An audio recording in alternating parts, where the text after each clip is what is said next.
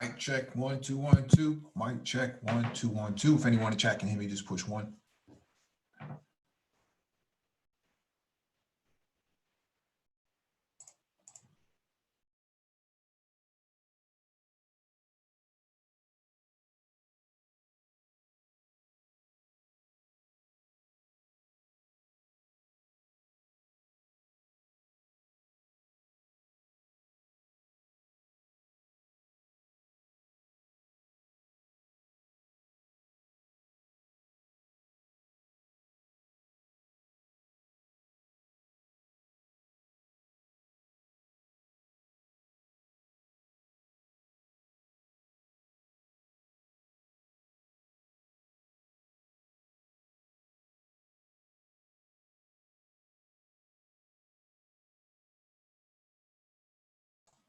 All right, thanks for the confirmation. Welcome back to the Black Brain Trust. This is episode 510, Black Economics. Please hit the like button as you come in, share the video if possible, hit that notification bell so you get all the updates from the Black Brain Trust, including those posted on the community tab. Doc in the description link the video for you to follow along with. If you want to engage in discussion, there'll be a link in the chat for you to click on. When you click on the link, make sure you raise your hand so that one of us can acknowledge you and advance you to the panel. Make sure you update your Zoom client before you try to join, or else you won't be able to join the live stream. Just as an FYI, we're not certified financial planners. If you want a certified financial planner, go to cfp.net and look up one in your area. We do not give out financial advice on this channel. Give a shout out to the people who showed up first. Hard Fork Rich, what up? Excalibur, peace. I do A, peace to you. R Biz, what up? Hard Fork Rich asked a question. Any ideas on what happened to the geopolitical hangout? I was thinking that might have been beyond a manosphere issue. It was some real-ish being said on that hangout. Yeah, we found out. So they gave us back the live stream. They removed the strike and removed the penalty. But I put the video on private because I don't want anybody trying to flag the channel again. So we know who it was, though. We found out who it was, so we'll deal with those people accordingly within the manosphere. Let me drop the link for you all who want to join and engage in the discussion.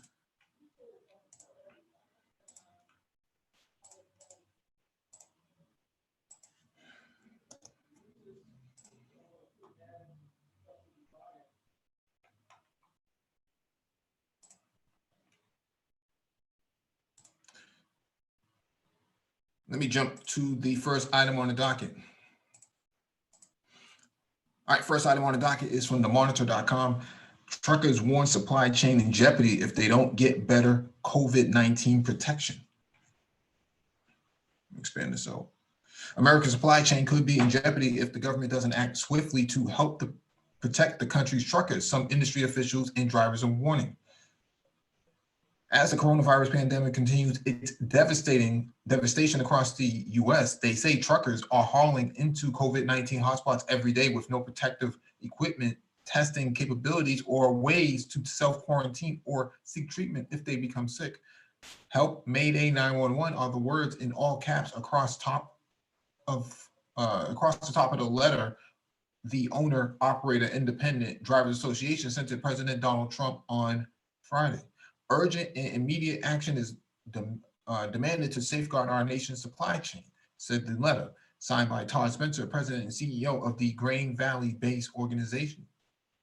Small business truckers and professional drivers are the vital link to all putting their lives on the line for the good of the nation. Truckers are exposed to COVID-19 because of the critical service they provide, Spencer said.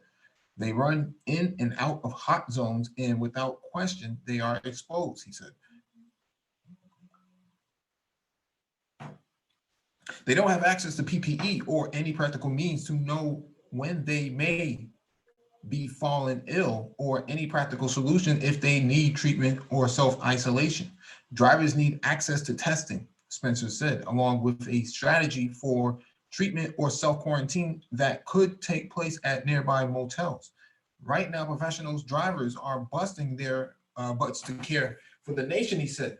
Their hard work and personal sacrifice should not include their health or even their lives if at all possible or preventable. So truckers are running around, which is something I didn't know about. I thought our truckers were pretty well protected for all intents and purposes. But what it seems like to me, based on this article, is that truckers don't have any sort of protection other than the cab of their truck, which is kind of interesting because as long as they don't get out, they should be fine. But even at some point, they have to get out. I don't think there's a toilet in there or any sort of lavatory settings up in there. So really interesting stuff, man. If a trucker becomes ill while he's on the road, he could potentially,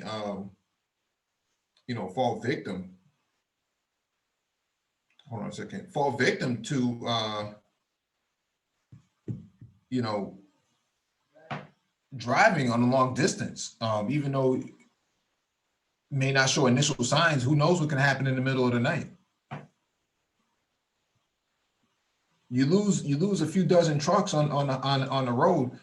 You could potentially see some crises in supply chain management. That could be a big problem, especially for when it comes to food. So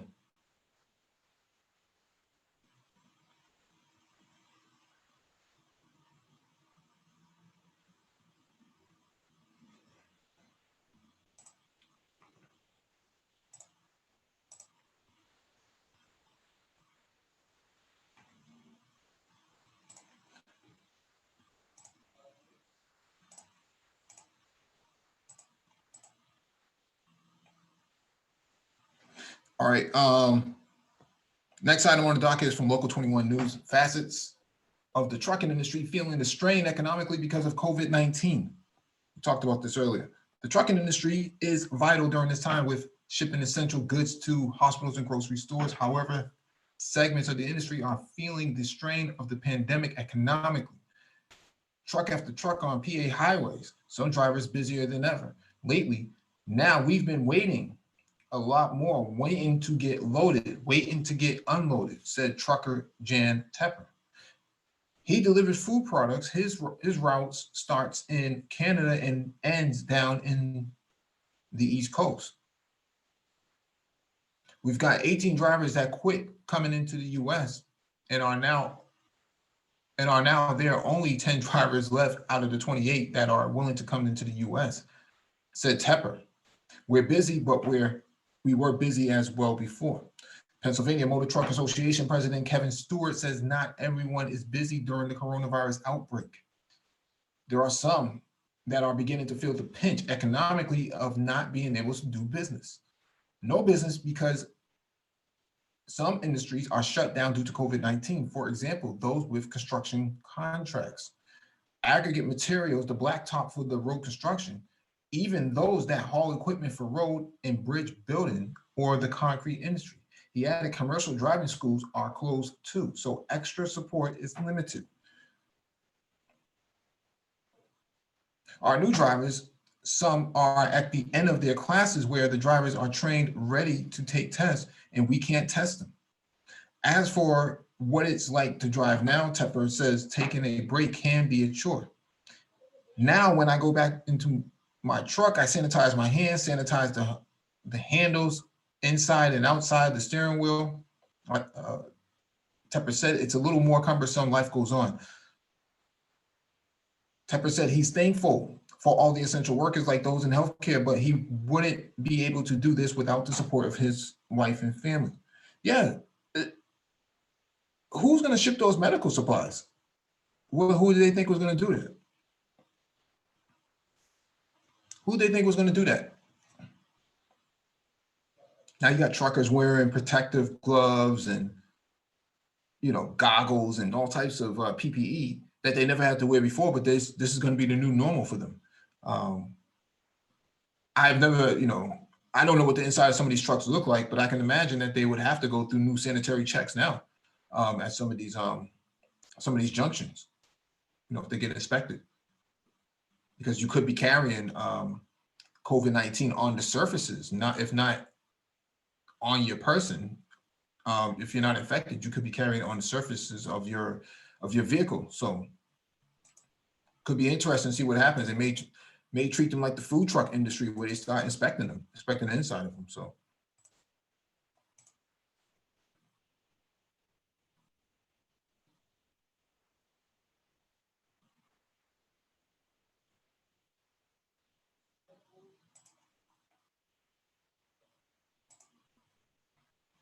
All right, let me jump to the next item on the docket. I'm going to fly through a lot of these anyways.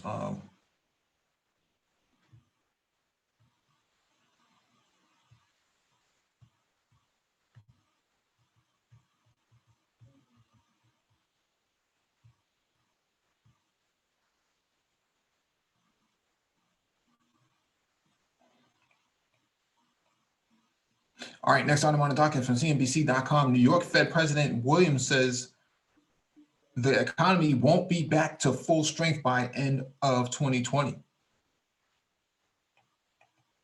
me expand this out. New York Federal Reserve President John Williams told CNBC on Friday he sees some parts of the economy coming back online, but doubts growth will return to normal this year. Construction should be among the first to return, he said in a Squawk Box interview with Steve Leisman. That echoed comments from Philadelphia Fed President Patrick Harker, who spoke to CNBC on Thursday. I expect that to be able to bounce back a little bit more quickly than maybe some of the other sectors, Williams said. But I don't see the economy getting back to full strength by the end of the year. It's a long time. The central bank office spoke ahead of what looked like a big day of Wall Street. Stock futures pointed to a sharply higher open on news of progress in coronavirus treatment from Gilead Sciences. And as President Donald Trump sent out 3-stage plan to get the economy moving again after social distancing measures have caused a near shutdown. While Williams expressed some optimism about the longer-term growth prospects, he sees some tough days ahead and horrible second quarter economic data. We have not come to any firm conclusions about how long this will last, and we are acting in every way we can to do the utmost to support the economy. However, this evolves over the next couple of months, he said. Our concerns are that even as the pandemic passes, even as the restrictions are relaxed gradually over time, people may take quite a while before they're willing to get back on airplanes or trains. I sent your new prescription to the pharmacy. Any idea how much it will cost? I recommend GoodRx. I don't know what that was. You get free coupons to save on your prescriptions. GoodRx. Smart. Stop paying too much for your prescriptions. Interesting. Thanks. Download the free app today. Interesting.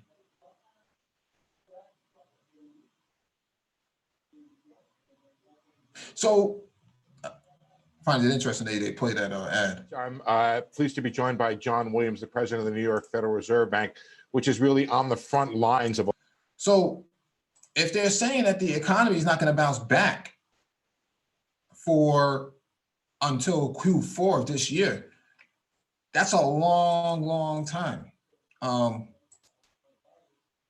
mean, end of the year doesn't sound like a whole lot, but it's a long time. You're talking about right now, it's only April going into May. They're talking by December, so they're waiting on Christmas and Black Friday for the economy to bounce back. That's a long time. Who's going to have money for that anyways? If you don't have a job, you're not going to go out there and go spend money on Black Friday. Who the hell is going to spend their money on that? They got rent that needs to be paid, rent that's backed up, prescriptions at pharmacies that need to be filled, cars that might be repoed because they haven't made a payment because they're not working. I don't know. I don't think this is going to take place. I don't think that's going to bounce back until 2021 for a lot of the industry. Okay. For a lot of the industry, I don't think that's going to bounce back for a while.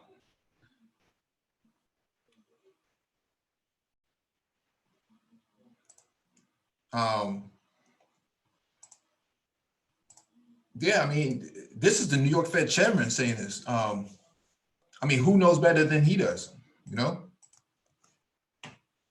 If he's predicting Q4 of this year, man, that's a long time. That means you're going to have a dry summer.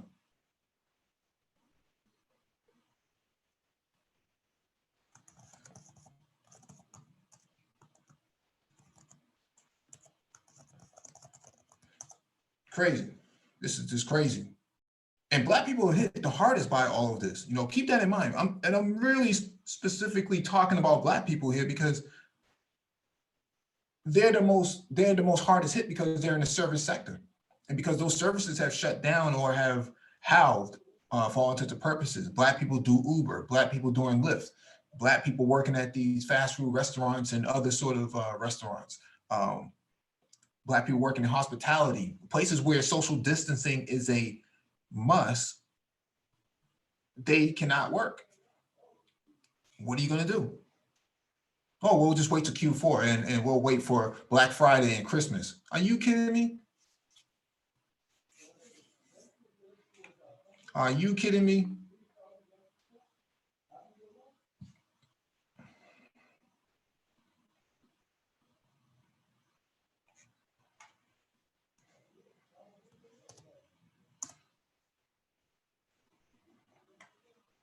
Even in IT, okay, there's layoffs going on. I'm seeing this here locally. They're laying off people in IT, okay? I didn't think I'd ever see that, but they're laying off some people in IT. Hey, we're gonna furlough you and have a good day. You know? Let me jump to the next item on the docket.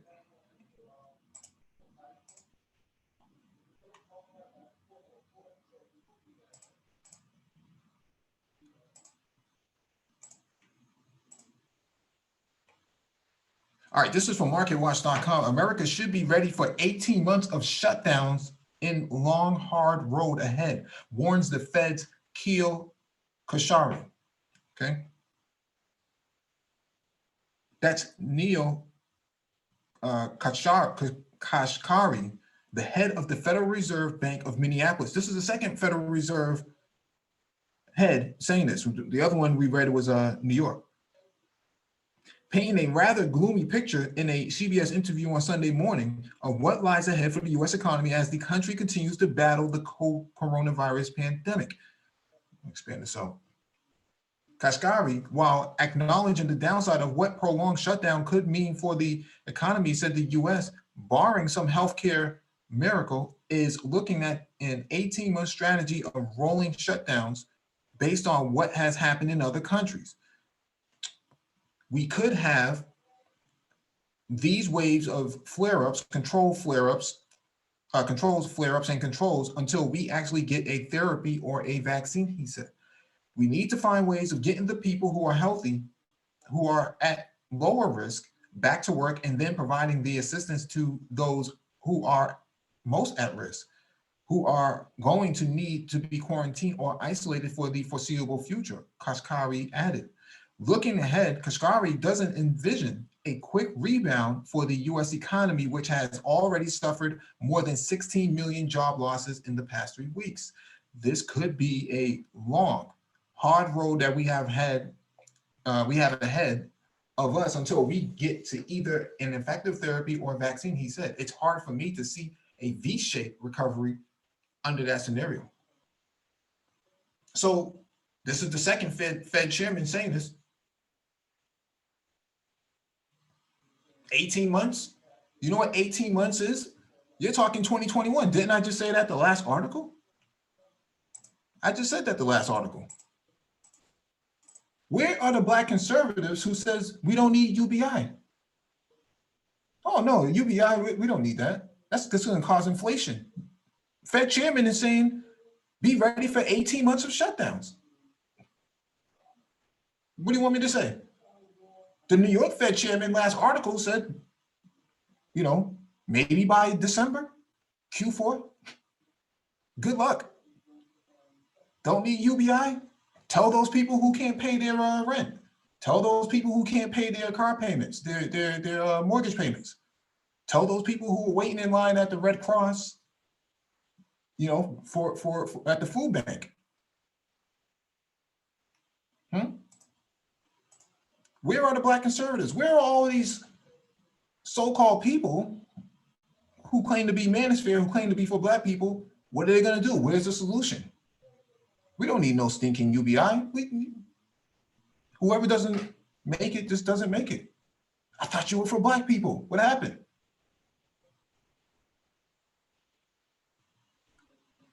Hashtag this, hashtag that. ADOS this, FBA that. What happened? Fed chairman says 18 months. New York Fed chairman says Q4.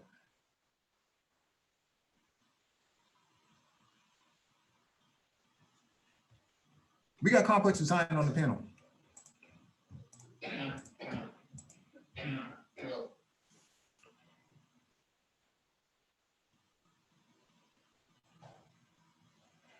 We also got perfect blackness on the channel as well.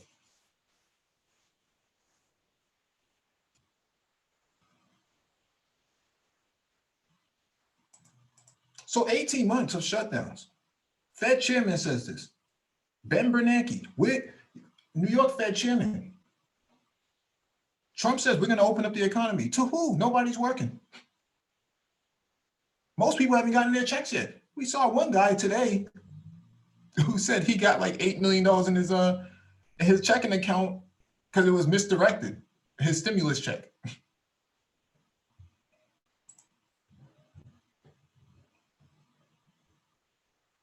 Can anybody in the chat hear me? I don't think anybody can hear me.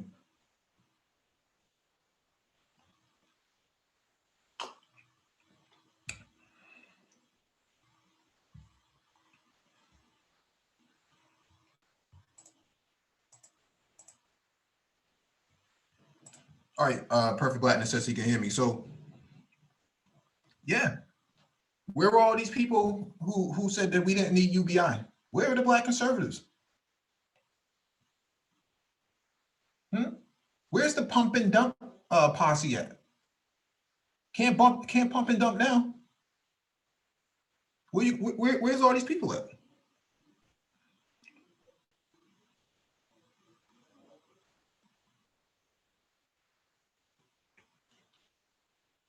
You know, the link is in the chat. If anybody wants to come on with opposition to this information, 18 months, Q4 2020.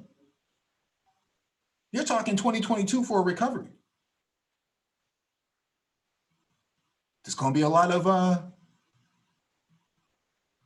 hungry people in the Black community.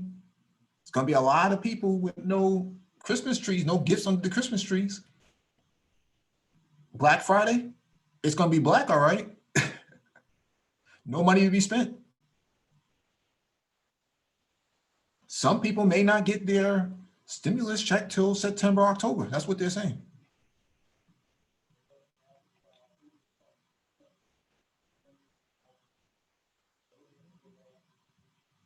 Okay, this is what's going on.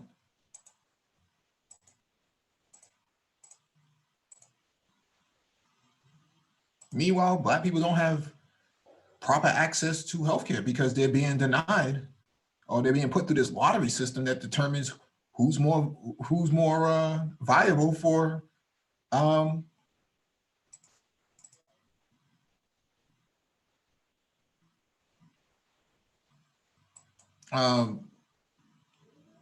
you know, for these PPEs, you know, masks and ventilators and gloves, treatment. It's worse than that. I just lost somebody today. I'm sorry to hear that. They, it's crazy. They won't even come and get you until you're almost dead, basically. Yeah. Yeah. And, you know, the person went to the hospital and they were dead within 2 days. Yeah. Old or young? Young. Here it is. And if I hear one more motherfucker talk about 5G, I'm going to strangle them. Language, brother, please. I'm sorry, but it's really frustrating. I hear you. I'm sorry to hear that. You're starting to hear this more by the day in these live streams, 3.0 to be exact. People are starting to report everybody that's within arm's distance to them has either been impacted or have deceased. But you have people in the manosphere who will deny that this is even happening. It's nuts. 18 months though for recovery. New York Fed chairman is saying Q4 2020. Oh, the Philly Fed said it's done. He Yeah. don't think it's he don't think it's recovering. He said this is just a recovery mission. So I don't know what's going to happen. I don't know. Maybe somebody else can tell me, but I know they're laying off doctors, they're laying off nurses, and I'm perplexed at this. They're laying off doctors and nurses? I thought They're putting them on furlough. I'm telling you. Okay, you're right about that. You're right. I've heard about that. I mean, it's mind-boggling. I mean, I just don't get it. I really just don't get it. I just glad that I have no kids and a wife. I can pack my shit up and I'm gone.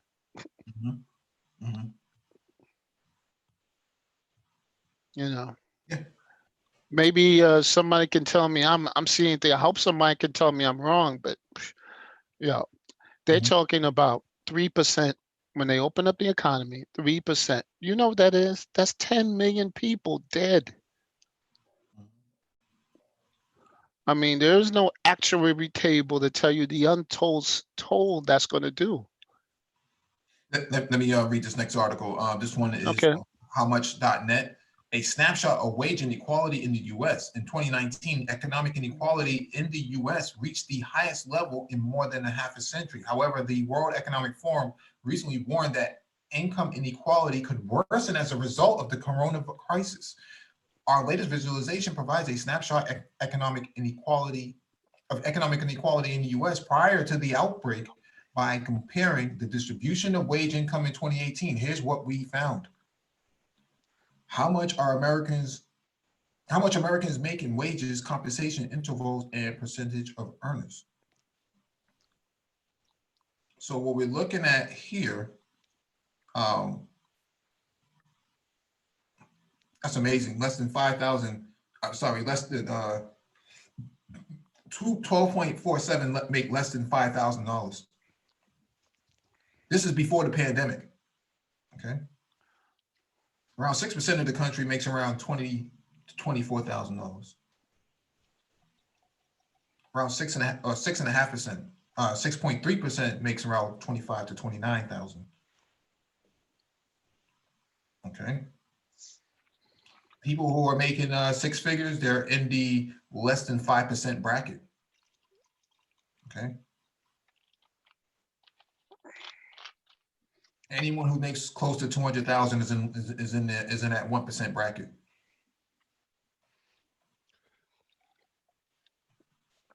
Let me read this real quick. The visualization draws upon 2018 wage data from the Social Security Administration. The circle graph represents 100% of the total wages earned in the U.S. Each slice of the circle represents the percentage of Americans who get compensation fell within a certain interval, such as $0 to $4,999 or $5,000 to $9,999.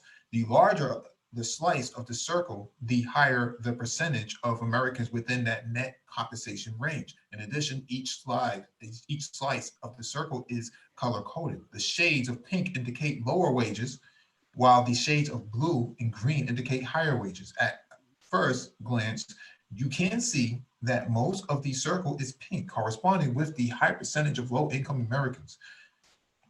The majority of Americans make less than $30,000 a year. Okay. Those who make six figures are part of that 1% class. $250,000, they're part of the 1%. I mean, they're no Jeff Bezos, but that's the deal. And so this is pre-pandemic. They're saying it's going to be much worse during the pandemic.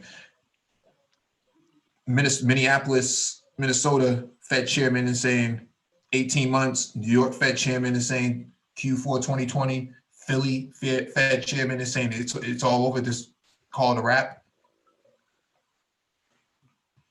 So I don't know what to say, man. A lot of people are saying, we don't need UBI. Who needs that? It's going to cause inflation. And I'm looking at this and I'm saying those wages don't look like they're going to get any better. Not anytime soon. I tell you what's going to happen if they don't do something. All them guys with guns and bullets, because I went to my latest store and they said, we don't know when we ever going to get any more bullet ammunition in. So there's a lot of people stockpiling up guns and bullets, and they're ready, and they will go in them streets. So they better do something real fast. I'll be honest with you. I don't think they're going to do anything in terms of people going out in the streets with guns and stuff like that. Not in places like New York and Boston. No, I'm not worried. It's New York. They knew to New York, but I'm talking about Pennsylvania. It's southern, them states down there. New York and is all with we're neutered. We can't even. Only thing you can have is a shotgun, a rifle, and a pistol license. That's it. We can't get all those high powered weapons. So I'm just telling you, it's 22 million today. 22 million people unemployed. Yeah, and it's Bank of America is saying it's gonna be even more by May or late May, June. I said, and the opposition is saying, oh yeah, now we can get all the women to get in line. I said, like, are you out of your mind? Yeah.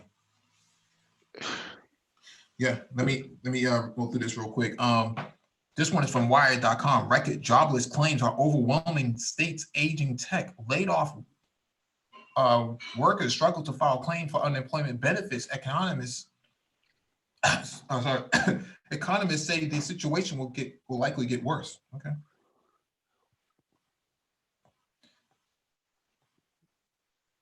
Christine Simelli was at home on March 16th when she got the text. Her husband, a chef at a fine dining restaurant in New Jersey, had been laid off. Earlier that day, Governor Phil Murphy had signed an executive order restricting the operations of non-essential businesses in an attempt to slow the spread of the novel coronavirus. Restaurants could stay open only for takeout and delivery orders, but that didn't make financial sense for her husband's restaurant. Simelli quickly launched into action. Literally, as soon as he texted me that he was getting laid off, I jumped on the computer. Simelli recalls she had seen reports of layoffs around the country in response to the pandemic and knew that with each hour that passed, it could become more difficult for her husband to claim unemployment benefits. Simelli began working her way through New Jersey's online unemployment application system at 1 p.m. She got about halfway through the application before an unknown server error kicked her out. None of her work had been saved, so she started again from the beginning. 10 hours later at 11 p.m., she was still trying to desperately to submit a claim. The site was even buggier at that point. Simelli recounts she couldn't make it two pages into the application before it crashed. She woke up early the next morning to try again, but no dice. She encountered the same issues in the afternoon and evening. Simelli considered trying to apply over the phone, but was decided after the family members said that they found that even more difficult. The department was so overwhelmed with jobless claims that it was telling many callers to not try to try again another day. It's a problem countless Americans have struggled with in recent weeks as the COVID-19 pandemic sweeps across the nation. State and local officials have taken drastic measures to curb the spread of the disease. Nearly 1 in 2 Americans are now under the orders to shelter in place, forcing the closure of non-essential businesses and many layoffs. Even businesses that remain open, like restaurants like a restaurant where Sameli's husband Brett works, are cutting staff. Unemployment offices are struggling to keep up. The U.S. Department of Labor on Thursday that a seasonally adjusted 3,283,000 people filed for unemployment last week, the highest total since the department started keeping track. Unemployment claims rose more than tenfold from the prior week and were more than 4 times higher than the previous record. In 1982, more Americans have lost their jobs in the last week during the first year of the Great Recession. The unemployment carnage of the natural disasters like Hurricane Katrina and Sandy doesn't even come close. The coming weeks are likely to be even worse, economists say. The figures released Thursday reflect that claims from last week when states like California, New Jersey, and New York issued shelter-in-place orders, but other states didn't follow suit until more recently. Surges in unemployment claims in these states won't be reflected in the most recent federal figures. And as people who lose paychecks curtail their spending, the economic effects will multiply. This is not going to be the only spike we're going to see, says Betsy Stevenson, former chief economist of the U.S. Department of Labor under President Barack Obama. We'll see another rise again in the next week. The number of Americans who've recently lost jobs is likely even higher, Stevenson adds, because some people who had trouble filing claims just gave up. State websites are just having problems managing the traffic. For Sameli, it would take nearly 72 hours of entering and re-entering data before the successfully filed for her husband's unemployment benefits. Around midnight on March 18th, she thinks staying up late helped because there may have been fewer people trying to get through to the site. I was amazed when I finally got through, she says. And Elisa Plum of Brooklyn, New York, hasn't worked since March 13th after Mayor Bill de Blasio ordered the closure of non-essential businesses in New York City. She was laid off from her job as a waitress. She tried to file for unemployment benefits the following morning, but quickly ran into trouble with her state's website. Sometimes it wouldn't load at all. Sometimes you get through a few steps and then the screen just says error. We cannot load the page at this time, recalls Plum. Basically, the system was crashing and it was impossible to get through. Plum tried repeatedly to file her claim, trudging through the steps of the application morning, noon, and night for days on end to no avail. It took me a full week of trying at various times of the day before I was finally able to get through and complete my filing my claim, she says. Then I got a message saying that I needed to call the following number to complete filing my claim. But the number that they gave me is the general number that everybody is supposed to call to file for unemployment. And when you call that number, it just rings busy the whole time. She said she spent the last few days calling the phone line at all hours of the day and has yet to get through to a human being. Let me skip past a lot of these things.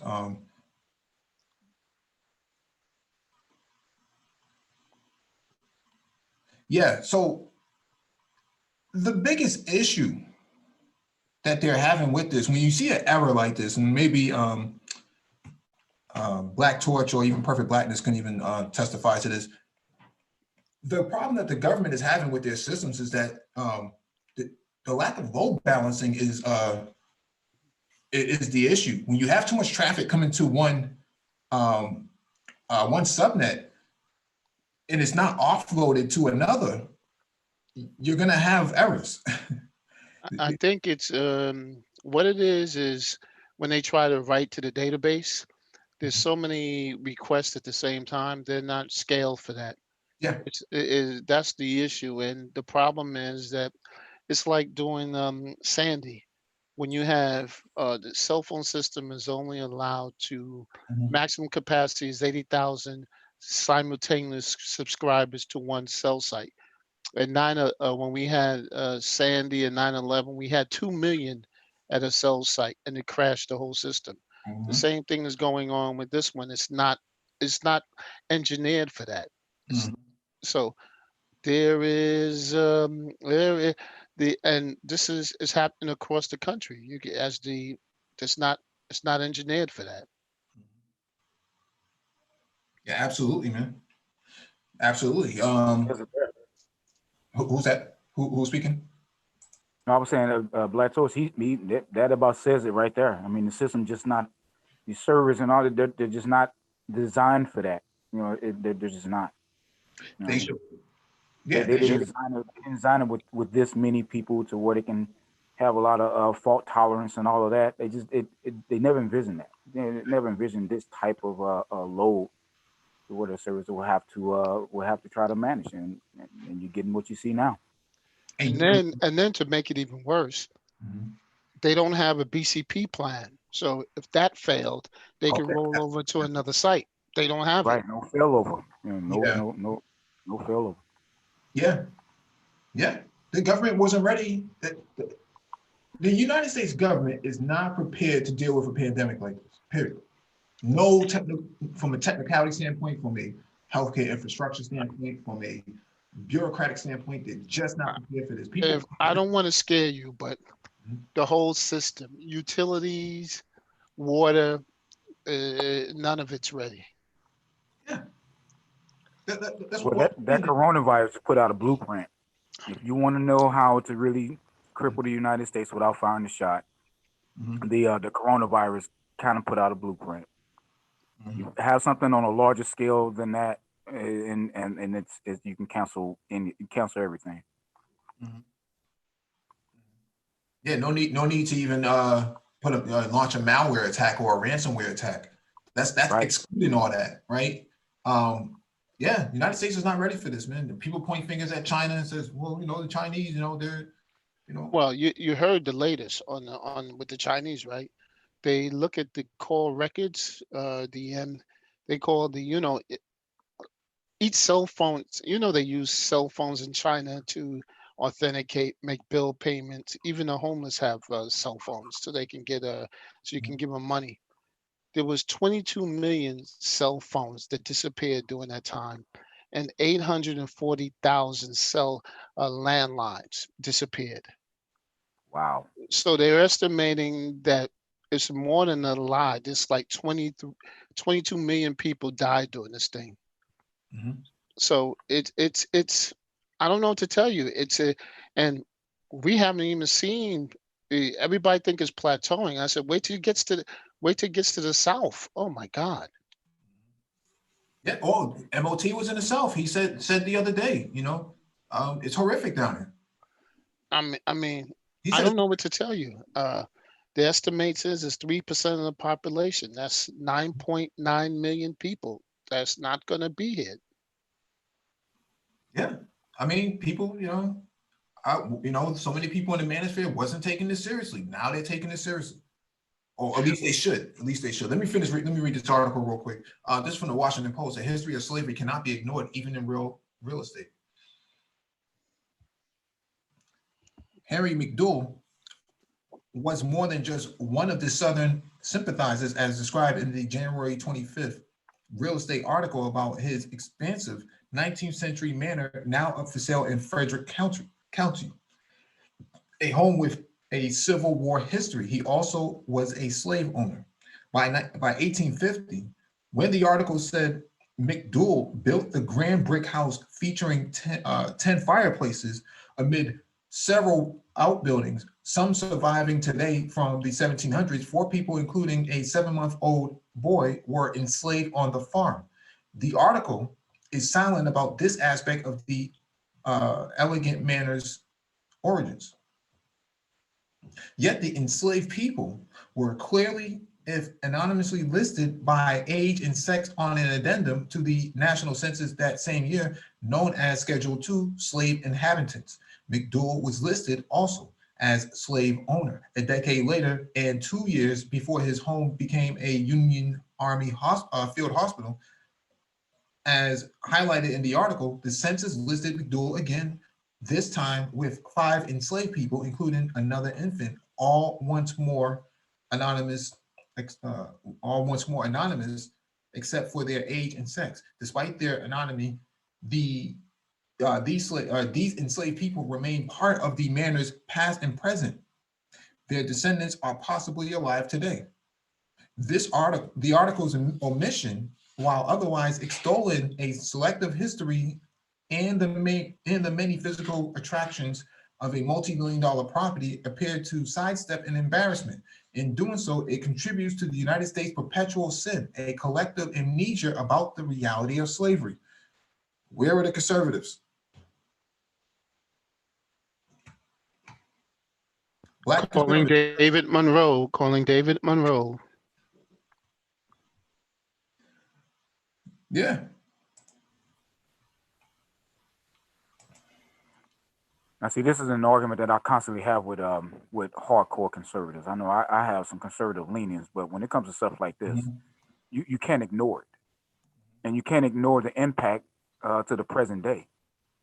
It's economic impact to the present day. So when you ask where are the conservatives, they're sidestepping, just like the article says.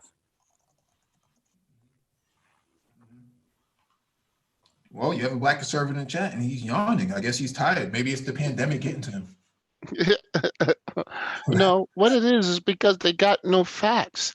See, they know when they come here, they have to bring facts. And you can't bring emotions and slogans and all that. You got to bring facts. And every time they bring facts, we look at their facts, we look at the footnotes to where those facts come, and then we find out that it's all bullcrap.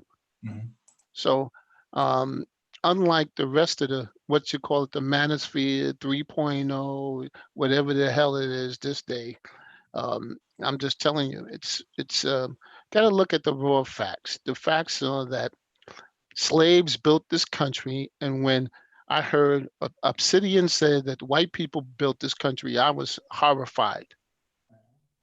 Horrified. Well, it's the voice of the everyday brother.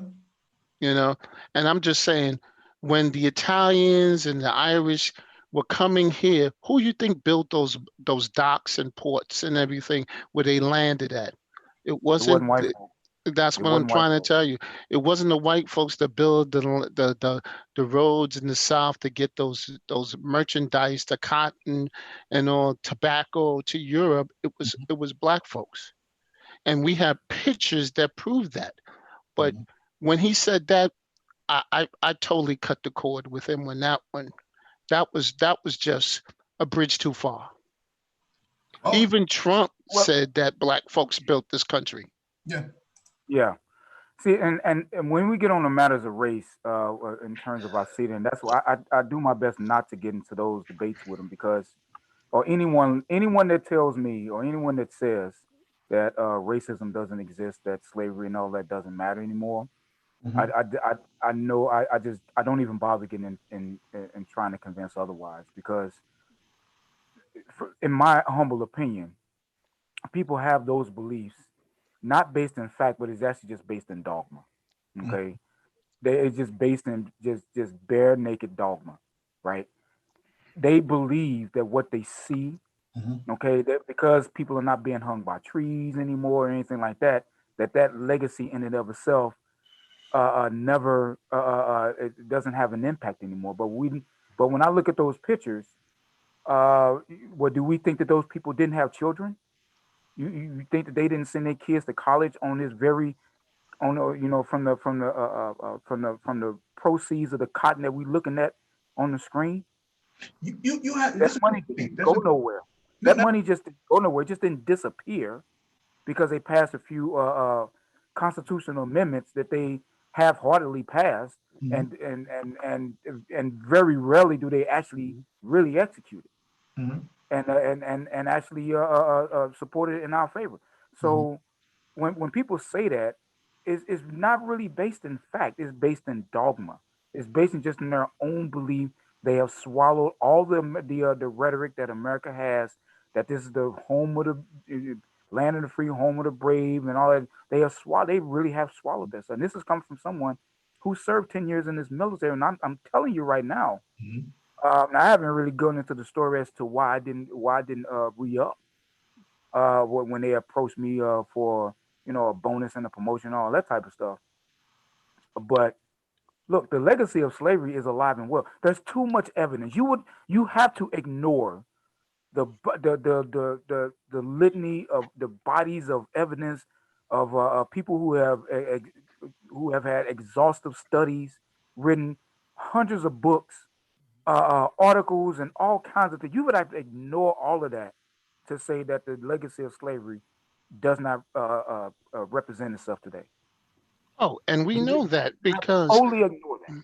because capitalism, the way they define capitalism, John Locke, individualist capitalism, and all this, Adam Smith, it's the exploitation of Black people. That's what it is. America can never, if you look at the economic conditions of America, you can have, the only way they were able to do this is having 400 years of exploitation.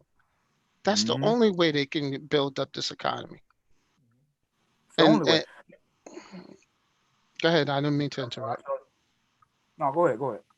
No, I was just saying that if you look at it, I mean, I like I said, I deal with these guys in school, and when they talk this stuff, I look at them like they're aliens, because I said, like, well, what country are you living in, and where did you get this from? And of course they get all the conservative talking points. So I told them, where's your facts? Because I can bring you facts.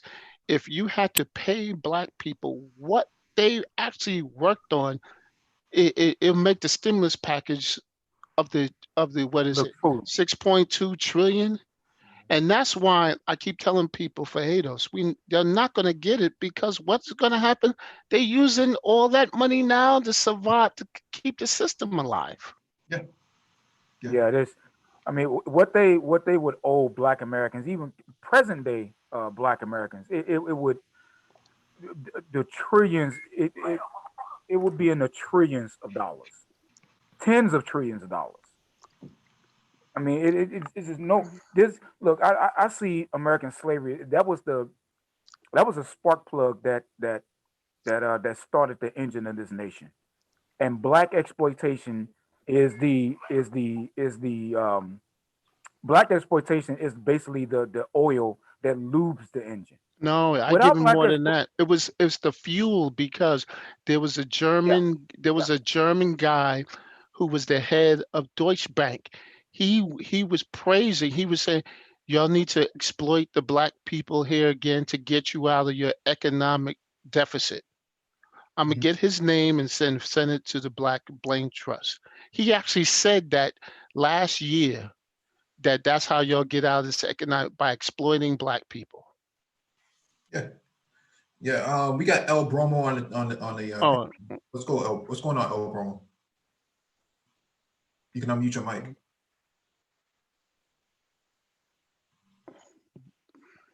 All right, let me move on to this article. This is from Vox.com, how slavery became America's first big business. So, of the many myths told about American slavery, one of the biggest is that it was an archaic practice that only enriched a small number of men. The argument has often been used to diminish the scale of slavery, reducing it to a crime committed by a few Southern planters, one that did not touch the rest of the United States. Slavery, the argument goes, was an inefficient system, and the labor of the enslaved was considered less productive than that of a free worker being paid a wage. The use of enslaved labor has been presented as pre-modern, a practice that had no ties to capitalism, that allowed America to become and remain a leading global economy. You hear that, David Moreau? But as with so many stories about slavery, this is untrue. Slavery, particularly the cotton slavery that existed from the end of the 18th century to the beginning of the Civil War, was a thoroughly modern business, one that was continuously changing to maximize profits. to grow the cotton that would clothe the world and fuel global industrialization. Thousands of young enslaved men and women, the children of stolen ancestors legally treated as property, were transported from Maryland and Virginia hundreds of miles south and forcibly retrained to become America's most efficient laborers. As they were pushed into the expanded territories of Mississippi and Louisiana, sold and bid on at auctions and resettled onto forced labor camps, they were given a task to plant and pick thousands of pounds of cotton. So picture 1897. African-American men and boys are shown picking cotton on a plantation in Atlanta, Georgia. I thought slavery ended in 1865, but that was never the case. The bodies of enslaved served as America's largest financial asset, and they were forced to maintain America's most exported commodity. In 60 years, from 1801 to 1862, the amount of cotton picked daily by an enslaved person increased 400%. The profits from cotton propelled the U.S. into a position as one of the leading economies in the world and made the South its most prosperous region. The ownership of enslaved people increased wealth for Southern planters so much that by the dawn of the Civil War, the Mississippi River Valley had more millionaires per capita than any other region. In recent years, a growing field of scholarship has outlined how America, through the country's geographic growth after the American Revolution and enslavers' desire for increased cotton production, created a complex system aimed at monetizing and maximizing the labor of the enslaved. In the cotton fields of the Deep South, this system rested on the continuous threat of violence and meticulous use of record keeping. The labor of each person was tracked daily, and those that did not meet their assigned picking goals were beaten. The best workers were beaten as well. The whip and the other assaults coercing them into doing even more work in even less time. Kind of like people who slapped the side of their monitor or their laptop when they wanted to do something faster. Only difference is that it didn't have a response.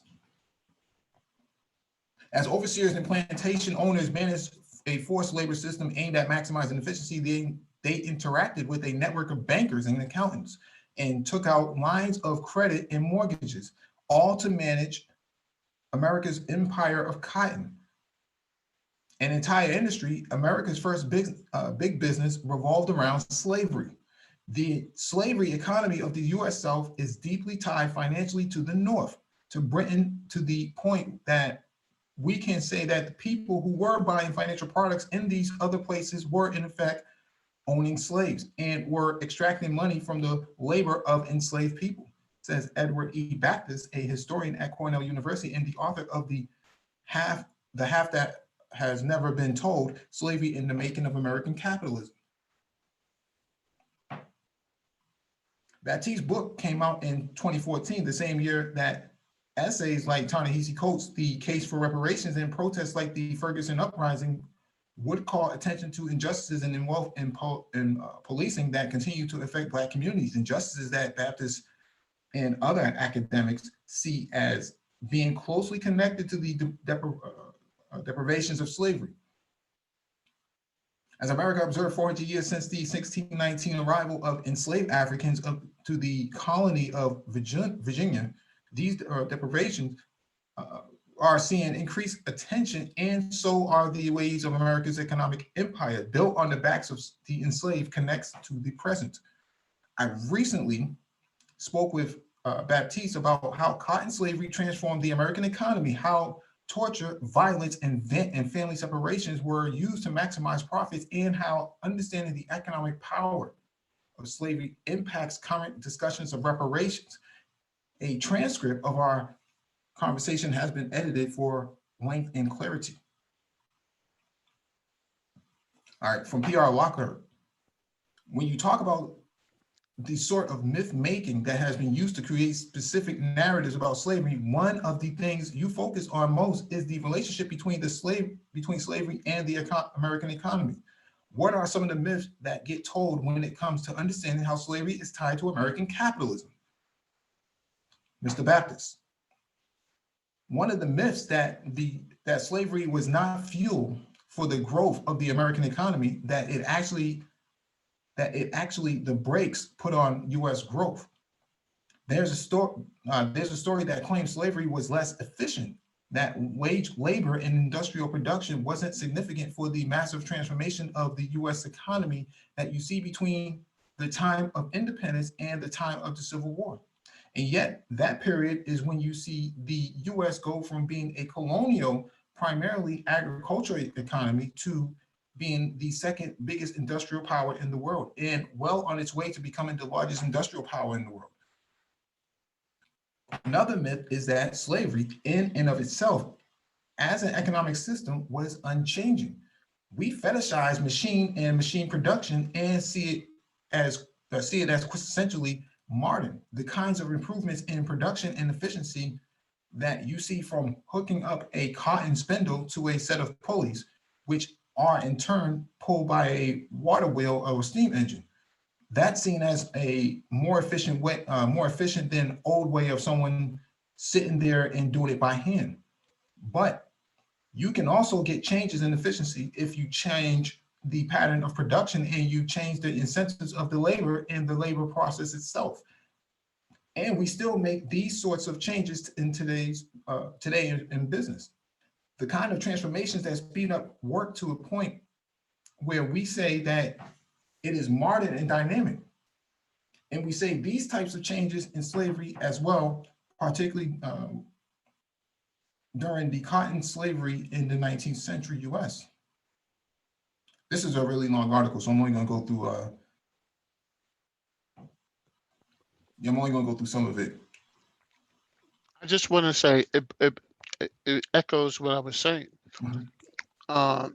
America built this thing on slaves' backs,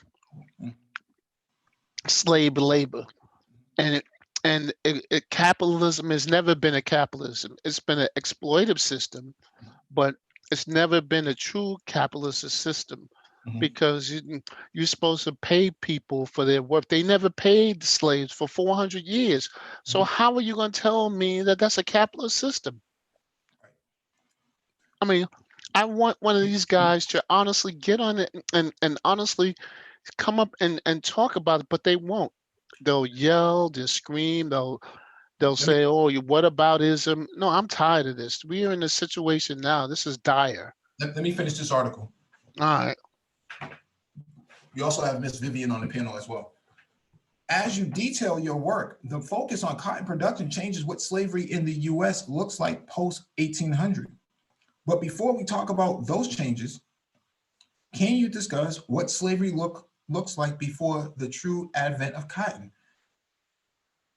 Mr. Baptist, this is tied to the myths, but something to remember is that slavery is everywhere in 1776. At the time of the Declaration of Independence, slavery is legal in every one of the newly created 13 states. And for the most part, slavery is associated with the sectors of the economy most closely connected to the Atlantic world, systems of exchanges and markets that link the new US to Europe, to Africa, to the Caribbean, and to Latin America. Whether we're talking about enslaved people working in Virginia tobacco fields where they produce significant amount of revenue for the British Crown, or people in the rice fields in South Carolina and Georgia, or the enslaved people working as dock workers or servants in the northern colonies like Boston, slavery is everywhere. But over the next 20 years, as the US becomes independent and relationships in the Atlantic transformed by the revolutions in Haiti, the revolution in France, and imperial wars associated with those things, several shifts happen. And largely due to the resistance of enslaved people in some changes in ideologies, you see the beginnings of the gradual end of slavery in the North. So slavery on one hand shifts to become a Southern institution. At the same time, there's no longer as strong of a market demand for the products made in the South. The food products made for Caribbean sugar colonies, where the enslaved aren't really given the time to make their own basic rations. But the end of slavery in Saint Domingue, which becomes Haiti, cuts off that demand from one of those main markets. In rice, there are hits to the market as well.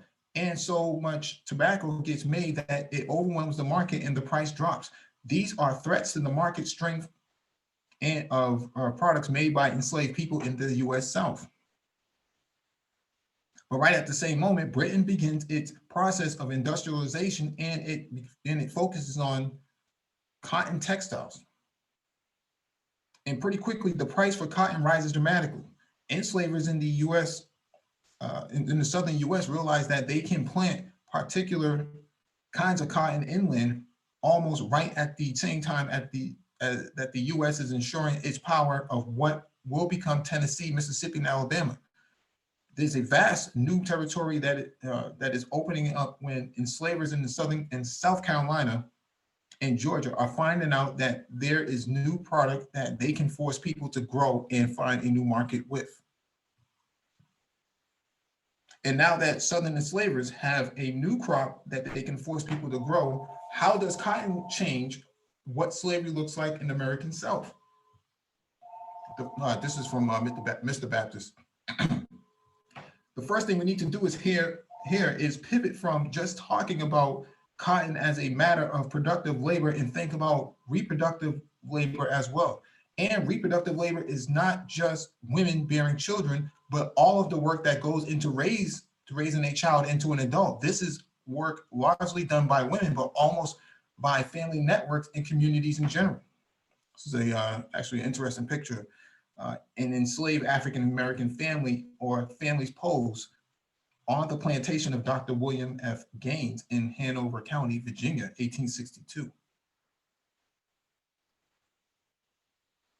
Very interesting. Gentlemen, this is El Bromo Ibrahim, Vivian's husband. Oh, hey, how you doing, brother? Pretty good, pretty good. I've been listening for quite a while to you guys, and I'd just like to share a perspective on this particular conversation, if I might. Yes, sir. First of all, I think we have to be very cautious of emphasizing the slavery issue when we're talking about our history and contribution to America. Mm-hmm.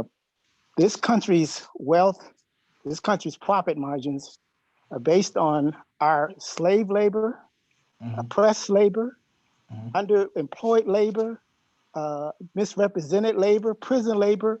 We have a tremendous contribution to America being great, to America being profitable, to America being rich. Mm-hmm. The biggest argument that was going on during this time that we've been listening, that you've been discussing, mm-hmm. is the wealth class, or however you want to describe them, had a debate among themselves. Mm-hmm. The South was saying, we have the most efficient system with the slavery. We have an identified group of people that can reproduce additional labor, and we have minimal benefit, minimal costs. Mm-hmm. The Northern was saying, all workers to us are peasants. Mm-hmm. You know, this is inefficient. We can treat them all like whatever term you want to use. If you want to use slavery, peasants, workers, but we see a bigger picture. We have more industrial needs. Let's let them go from the plantations, whatever. They're going to be working in our plants anyway. They're going to be going to our stores. They're going to be spending their money living in our apartments and houses with it. We still have a totally captive situation like you have, only they're going to feel, people are going to always feel better about it because they think they're free. So the debate was how to be more efficient with the labor. And the North won out and ultimately won a war and everything else because they felt like you're just concentrating on blacks, but we feel like the entire workforce, you know, can serve our purpose. Mm-hmm. But the point I really wanted to stress was when we're talking about our contribution to America, mm-hmm. it's way beyond just slavery. We have been the catalyst to America's profit margin. Thank you. Absolutely. Thank you. Thank you for that.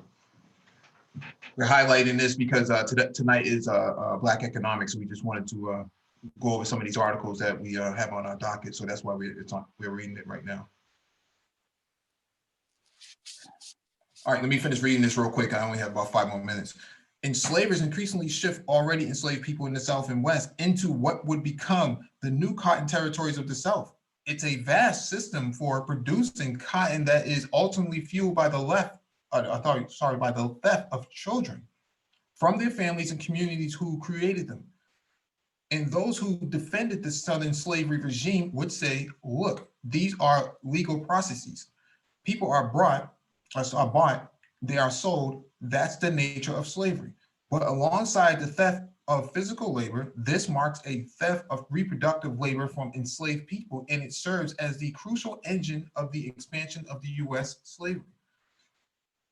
It is a set of internal slave trades created by enslavers, financed not just by buyers and sellers in the South, but by flows of credit into the region, starting with the land speculation of the late 1790s. And to give a sense of the scale, in the 1780s, as the US becomes independent, there's something like 800,000 enslaved Africans in the newly formed country.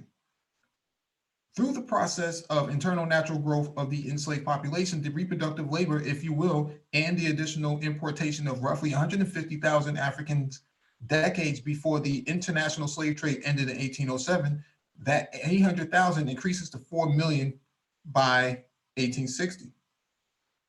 Almost no enslaved African Americans lived in the Mississippi Territory when it became a US territory in around 1800.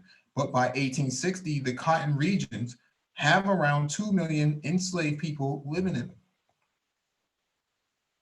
The most important development in this shift, the making of this massive cotton producing engine in the internal slave trade, estimates vary, but at least 500,000 people were directly moved, and they are mostly young adults reaching the peak of their productive labor capacity who are still young enough to be retrained by force. And they are retrained by force. In most cases, they seem to have gone through a very disorienting time in which they are forced to pick cotton and also do all the operations of a slave labor camp. But picking cotton is especially important because it is the bottleneck of production. They are forced to do this kind of labor and learn this kind of labor, and this all happens under the threat of violence and punishment if they don't learn how to do it fast enough, the crack of the whip. All right, this is from P.R. Lockhart. Staying with that last point about the threat of violent punishment, you write about how, as the desire to increase cotton profits grows, enslavers focus on how to wring more and more profit from the labor of the enslaved. And that increased productivity, is largely a response to the threat and actual use of torture and violence. Can you talk about the ways that violence gets used as a means of forcing increasing productive labor? This is for Mr. Baptist. The first form of violence is the violence of domestic slave trade itself, where people are chained and forced to march hundreds of miles or are shipped around the Cape of Florida. But after that, the violence is really in two forms. One is really sort of policing violence, something we're sadly all too familiar with today, that focuses on constraining African-American movement, making sure that people don't leave the labor camp to which they have been sold. And with that, you see patrols in a readiness from whites to question any African-American they don't recognize. And once enslaved people are pretty much fixed in one place and are forced to go out into the cotton fields daily for work, what you see is during the day itself, there is an increased level of supervision by whites. In the South Carolina Islands, and in a different way in the Chesapeake, enslaved Africans and African Americans often work outside immediate white supervision and often outside direct measurement of the labor output. So while in South Carolina, there's a daily task, in contrast to that, the people enslaved on the cotton fields of Mississippi and Alabama and Louisiana are forced to work all day. Their work is measured and their labor output is increased over time. So we see that people are forced to work from dawn to dusk, often with the direct white supervision. And those who stop working are yelled Yelled at to continue to work. At the end of the day, that output is weighed and recorded. There's a sort of quintessentially modern idea that if we enumerate how much people work, we can evaluate that labor better, and then we can demand more labor from them. And that's what happens during cotton slavery. Quotas for daily cotton picking and minimums that you have to make, or else you will be whipped, clearly increase over time. There's a debate about whether or not if they increase because cotton seeds are better, or if because more labor is demanded and people are whipped for not producing enough, or see their quotas increase because they did produce enough. There's a debate about what is the causal factor in this increase, and I'm okay with saying it's both. But you have a qualitatively different kind of labor which produces a quantifiable result, an increase of 400% in the average amount of cotton picked per day from 1800 to 1860. That's a lot.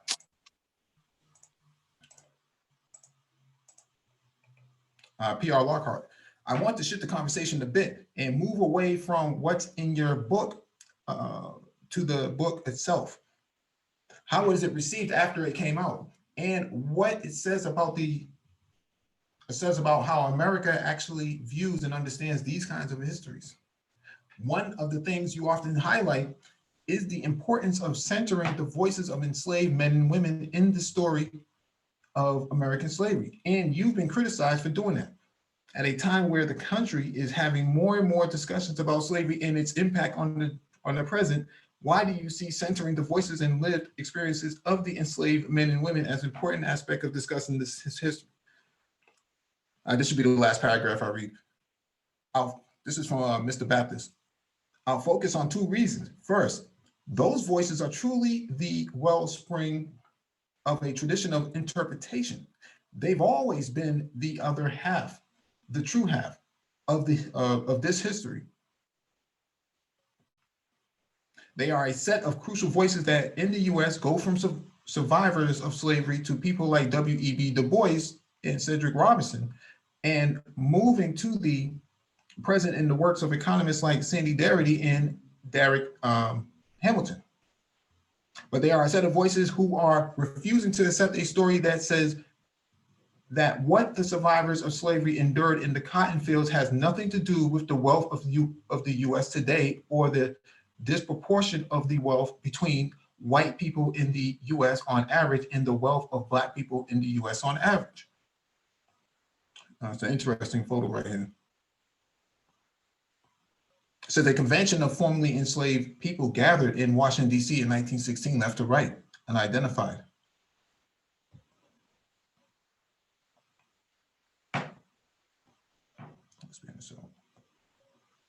So on one hand, this is a tradition of people who make a very obvious point, which seems clearly true to me.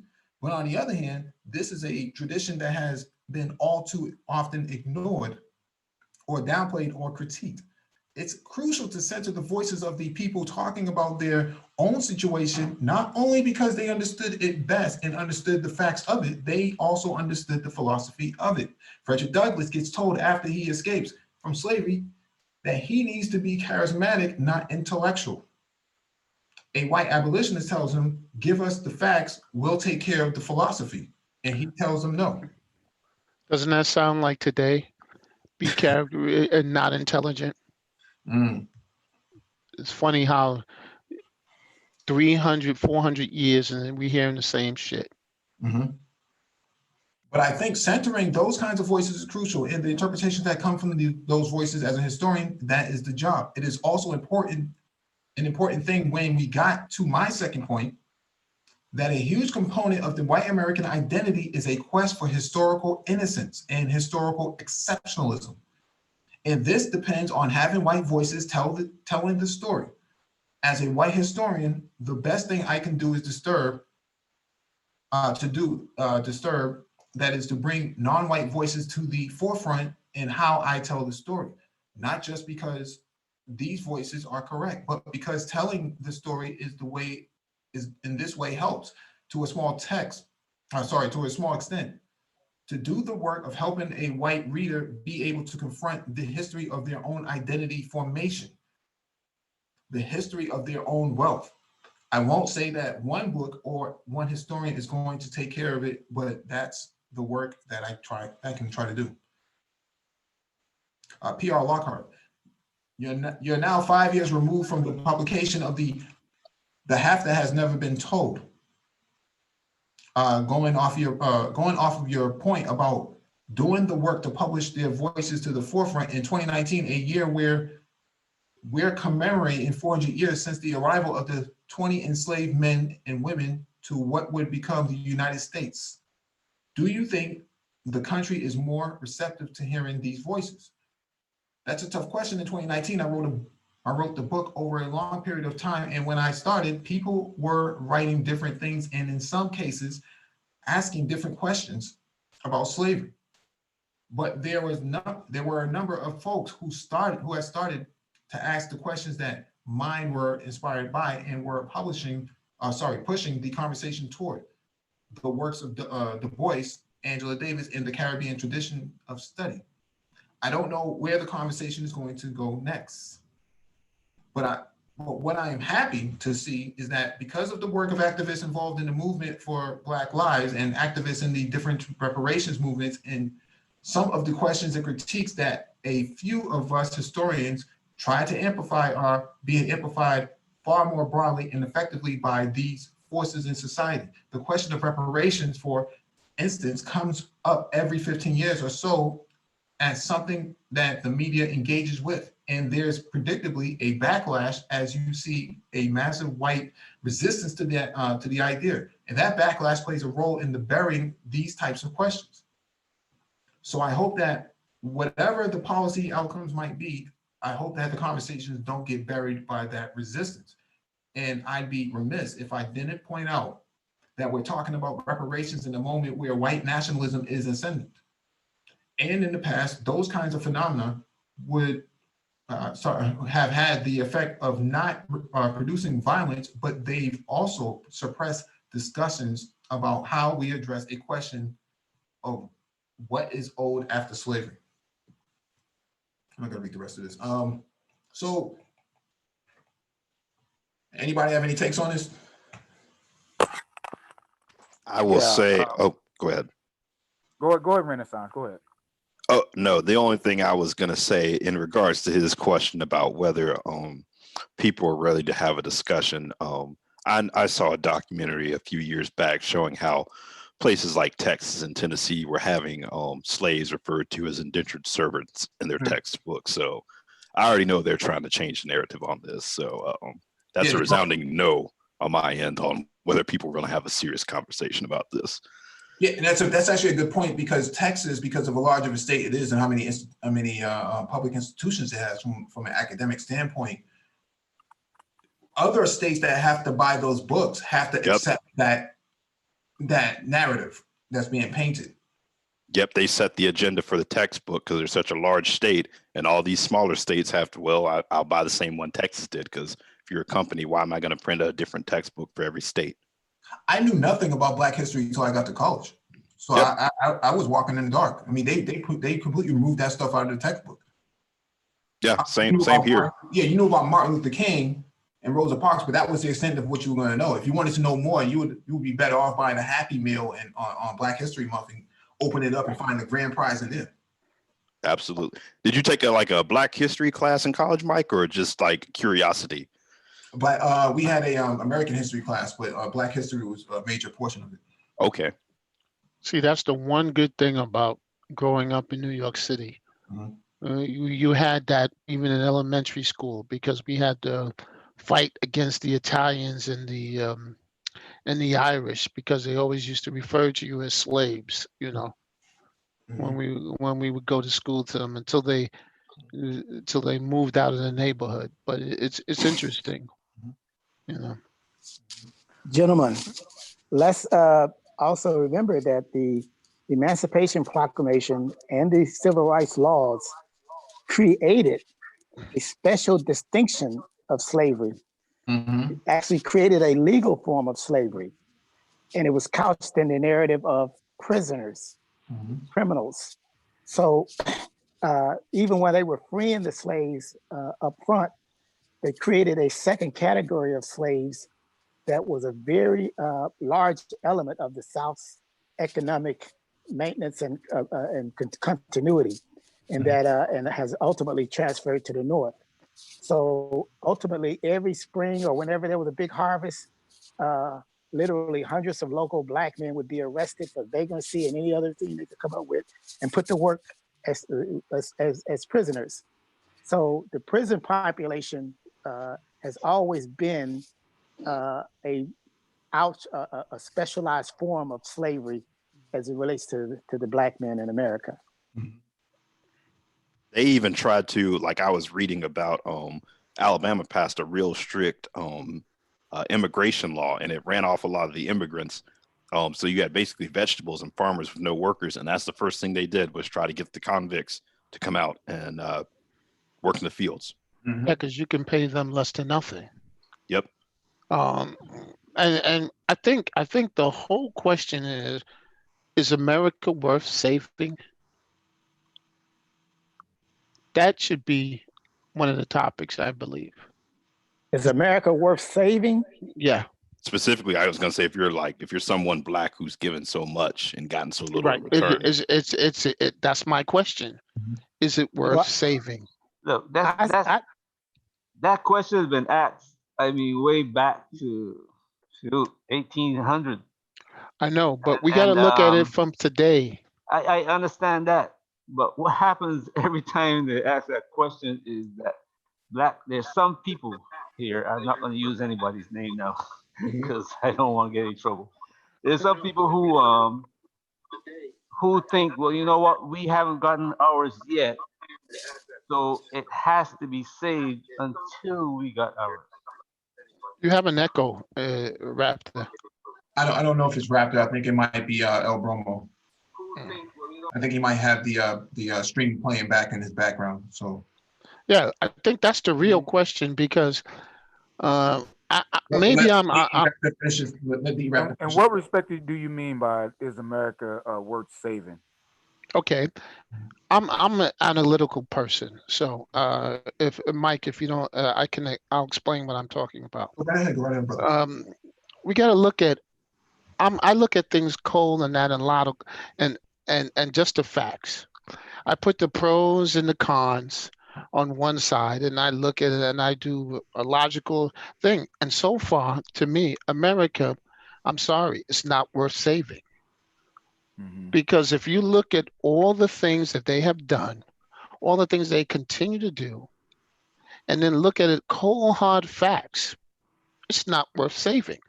And I'm trying to figure out, not emotionally, but logically and economically, why would we save something that has for so long used us as fodder? So I put that up to the panel because I'm confused. Especially when you look at the history of like Black men fighting in every war, and just once you study history, you will just see how much is so unsung and not really. May I say something? Yeah, I'm sorry. Real quick, and I think about what you're saying, Black Torch. I think about that a lot, but now it's ever more, I guess, apparent now.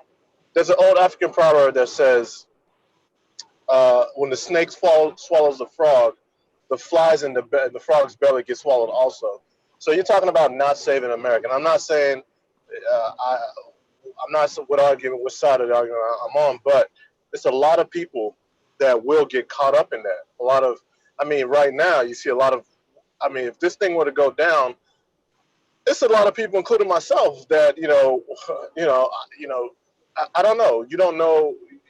You kind of like, don't have any idea of what will happen tomorrow. Just the uncertainty. So I don't know. I would like to be able to say, okay, I got out, I moved back, went back, to my respective wherever I'm from, and let the chips fall where they may. But I don't know. But Yeah, I only asked the question. Go ahead. Let me get El Bromo in. Yes, this reminds me of a debate I had quite a few years ago with some former Black Panthers who were, going through their changes, the transition. Some of them were supporting communism and socialism and all this and that, and really coming hard against America at the time for all the atrocities that they had documented. And I told them it was like America is this boat, and out in the heavy seas.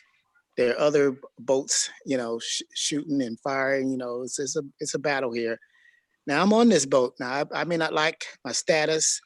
I may not like the captain. I may think I'm smarter than his crew, that I should be the one making the decisions. But I'm gonna have a problem with anyone that wants to sink the boat. Okay, if you are not close to the boat, me and you have an issue, because I'm on this boat. And from a Black perspective, as I mentioned earlier, we have a tremendous investment in America.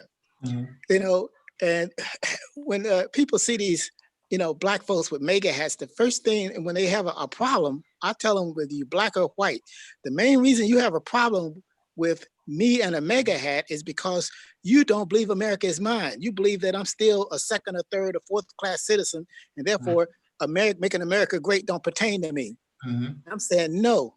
After this 300-year investment in America, struggle in America, my children and grandchildren deserve a return on that investment. We want it all. Okay. Don't you get. How do we go about getting that investment paid? Huh? Exactly. How do we go about getting that investment? I don't doubt that there is an investment and that there is a debt to be paid. How do we go about getting that debt paid? Yes, that's one. The reason I'm on the phone now is because we're talking Black economics, and that's my field. I'm a businessman now, and I'm just saying one of the problems is the whole issue of how we're framing the repatriation. Okay, repatriation of we should get a certain amount of American funds and give us some money and all this and that. If America gave every Black person in America, male and female, $50,000, when you look at our history of consumer orientation and how we are and how we relate, if they gave every Black person in America $50,000, which would be trillions, in 18 months, we'd have a country of broke Negroes. That's just a fact. We got to understand. No. That I disagree with. I challenge. No. I started it. Wait. Let me finish. Let him finish, and then we can continue. Go ahead. I'm just saying, when I finish, you tell me why or not. When you look at us as consumers and how we spend, like I said, even back in the slave day, the debate was, make them all peasants. They're going to buy from us anyway. We'll give them a little bit of money. They still got to buy the food. Everything got to come back to us anyway. The money recycles back to us. I'm saying repatriation should mean we getting what we were promised from the beginning. 40 acres and a mule wasn't money in your pocket. That was an equity investment. Blacks are capital poor in a capitalistic society. The greatest capitalist society ever created. We didn't participate in it. We don't have equity. We can't even pass housing on. Our parents spent 30 years on a house and barely have anything to pass on to the next generation because they have devalued the neighborhood, redlined it to the point that the house is basically nothing after they paid for it for 20, 30 years. We don't have equity. So I'm saying we need an investment from America in Black community. We need to have the opportunity to be capitalists. Okay. And I just want to say one thing. See, that's an emotional argument. That's what I have a problem with. I'm talking about cold, hard facts. You're adding emotions and all this. Forget 300 years. Look at the cold, hard facts. We have to now look at a technocratic society that we have to build to survive. Emotions, forget that. We got to leave that alone. We got to now look at what's best for the coming generations. And this coming generations is not looking good for America. And that's the facts. Because first of all, he's asking me a question. I'm trying to respond. I will yield to him. Why isn't the future looking good for our children? May I answer, Mike? Go ahead, go ahead. No, because look at the situation. The defunding of schools, the defunding of all these things that we need, after school programs and all that, and the tax situation where the rich neighborhoods are getting the lion's share of the educational budgets. States, federal government is cutting aid to education in all these states. Now, I live in the Northeast. We will survive, but in the South, it's devastating. In other parts of the country, it's even worse in the Midwest. So I'm sorry. You got to look at it not an emotional, but as cold hard facts. And I'm trying not to say, or maybe I'm just logical like this, but I don't see the things changing anytime soon. Maybe if somebody on the panel can tell me I'm wrong. I would love to hear it. I was No, going to add. I don't think you. I'm saying this is what we are. That's what this conversation is about. Yeah, if you're gonna go, you gotta raise your hand. We are don't the talk ones over each who are other. the change. Hey, GC, you have a lot of noise in the background. It should be some social distancing you're practicing here, brother. My bad, I'm driving. I'm saying from we're talking about cold hard facts. The cold hard facts is we are advanced as a people each generation. They're listening to you brothers on the phone is a verification of what I'm saying. Okay, we are continuing to advance as Americans in the society. We have capabilities, we have intelligence, we have all we are missing is the opportunity to participate in America as we should have duly had for the last 300 years. That's not emotional. To me, the emotional is give me some money that makes me feel good in my pocket, and I'll go spend it and feel like I'm good. No, I'm saying we deserve the opportunity to be a part of this capitalistic society that's done so well for white Americans, whom we just said we invested our sweat, labor, and tears in white America having the greatest society on the planet. It's time for us to participate in this equity system. And it's individuals like us, the educated, the intelligent, whatever you want to call us. I think it's more than 10%, but I'm just saying more than the talented 10th, but we have to make it happen. And I'm also going to throw in that we have America's attention. After 300 years of being in this incubator with us, sometimes we are so focused on the ruling elite and their influence on the ignorant masses that we don't realize that America is actually listening and yearning for our leadership and our direction and our understanding. They have seen us go through this process, and we have influence. Each one of you are experiencing this on your jobs and in your social environment. You know that you have a certain level of credibility, influence with white people when you deal with them in the workforce and wherever else. Yeah, there's a lot of situations working against that, but in reality, the American people, generally speaking, right now are looking to us for leadership and direction in this time of darkness. I don't agree with I'm that. going to disagree with you on that point, bro. One at a time. One at a time. Okay, perfect blackness. Let's go perfect blackness. Then we got Renaissance and then Raptor. Go ahead, perfect blackness. Perfect. Can somebody tell me what part of what I just said is incorrect? No. We got to let other people talk, though. Yeah, they're going to respond to you. Perfect blackness. Go ahead. Okay, I'm a because I believe because Black Torch he was totally correct. And look, because I asked the question, because I know America does, they do owe us a debt.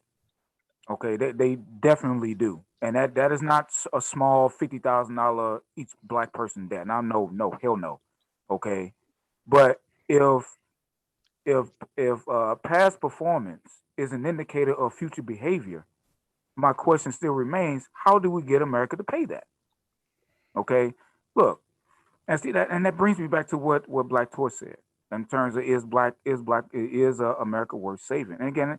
And I hate to ask that question because I hate that question even has to be asked because like I gave 10 years to this nation in the United States military, in the United States Army. So did my father. So did my grandfather. and from what I told my great grandfather as well. So I have a whole family going back of giving lives to this nation, giving blood, sweat, and tears to this nation. But you know what? I think every Black American can pretty much tell that same type of story.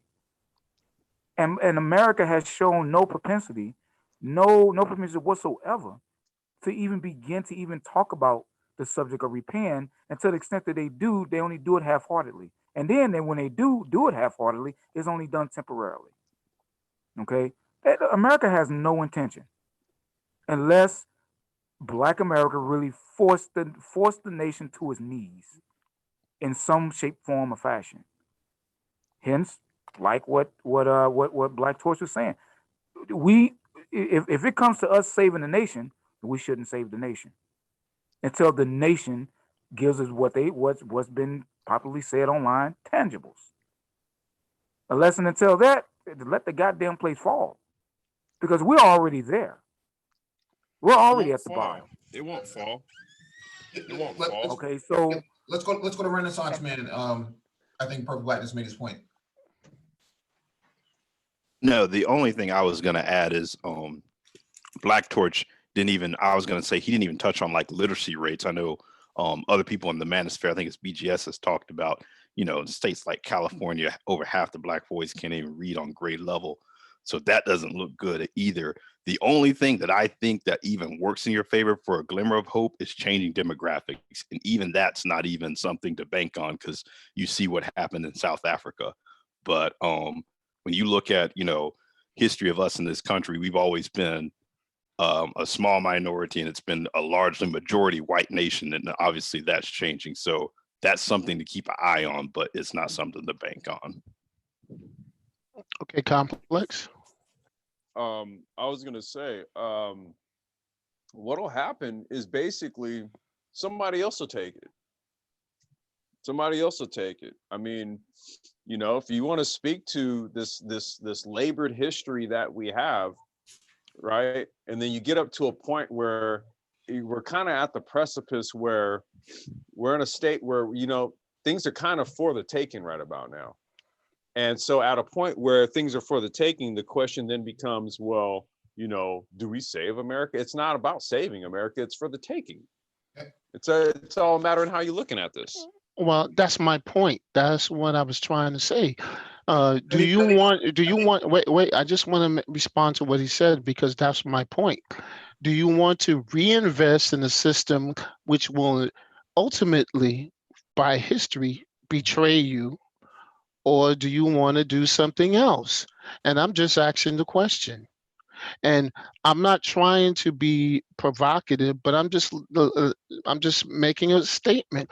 America has never owned up to its responsibilities to anyone. And so, I think, here's the thing, Black Torch. I think every group of people, right, that has been at the barrel of the gun of Western society, right, as a whole, right, understands this. This is the reason why they'll come here and they'll buy this bitch up. And they'll buy it up while we're sitting here talking about, well, what do we do about America? Yeah. Let me go to El Bromo. El Bromo? We go to DE. Yes, sir. Let me go back to in the El Bromo. back in the day, we El Bromo, just 1 second. Let me go to DE Raptor, because he hasn't spoken out of everybody else yet. Go ahead, DE. The brother who spoke I think he's speaking on a moral argument. Mm-hmm.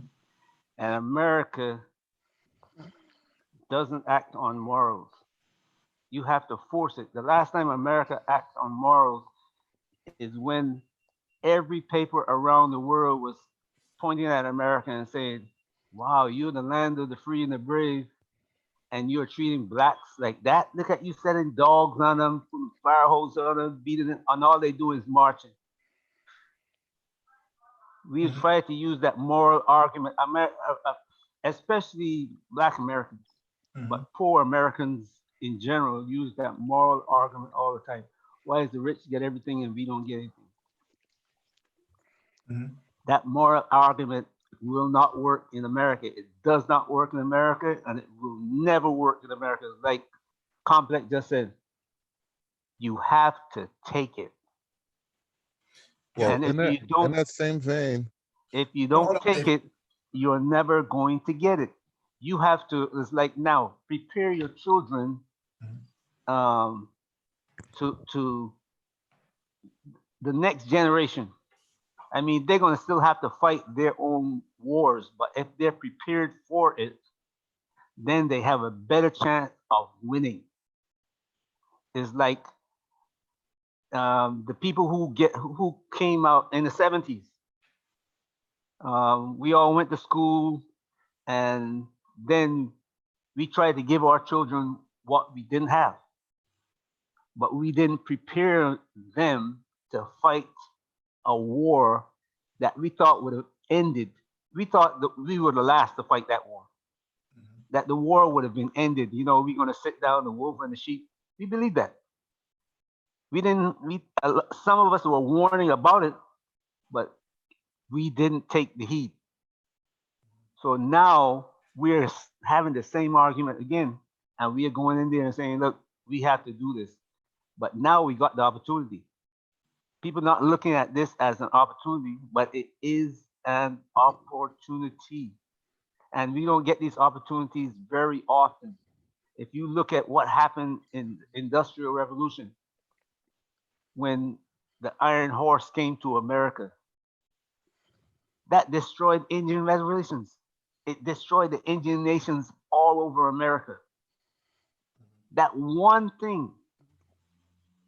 When I say the Iron Horse, I hope you guys know I mean the railroad.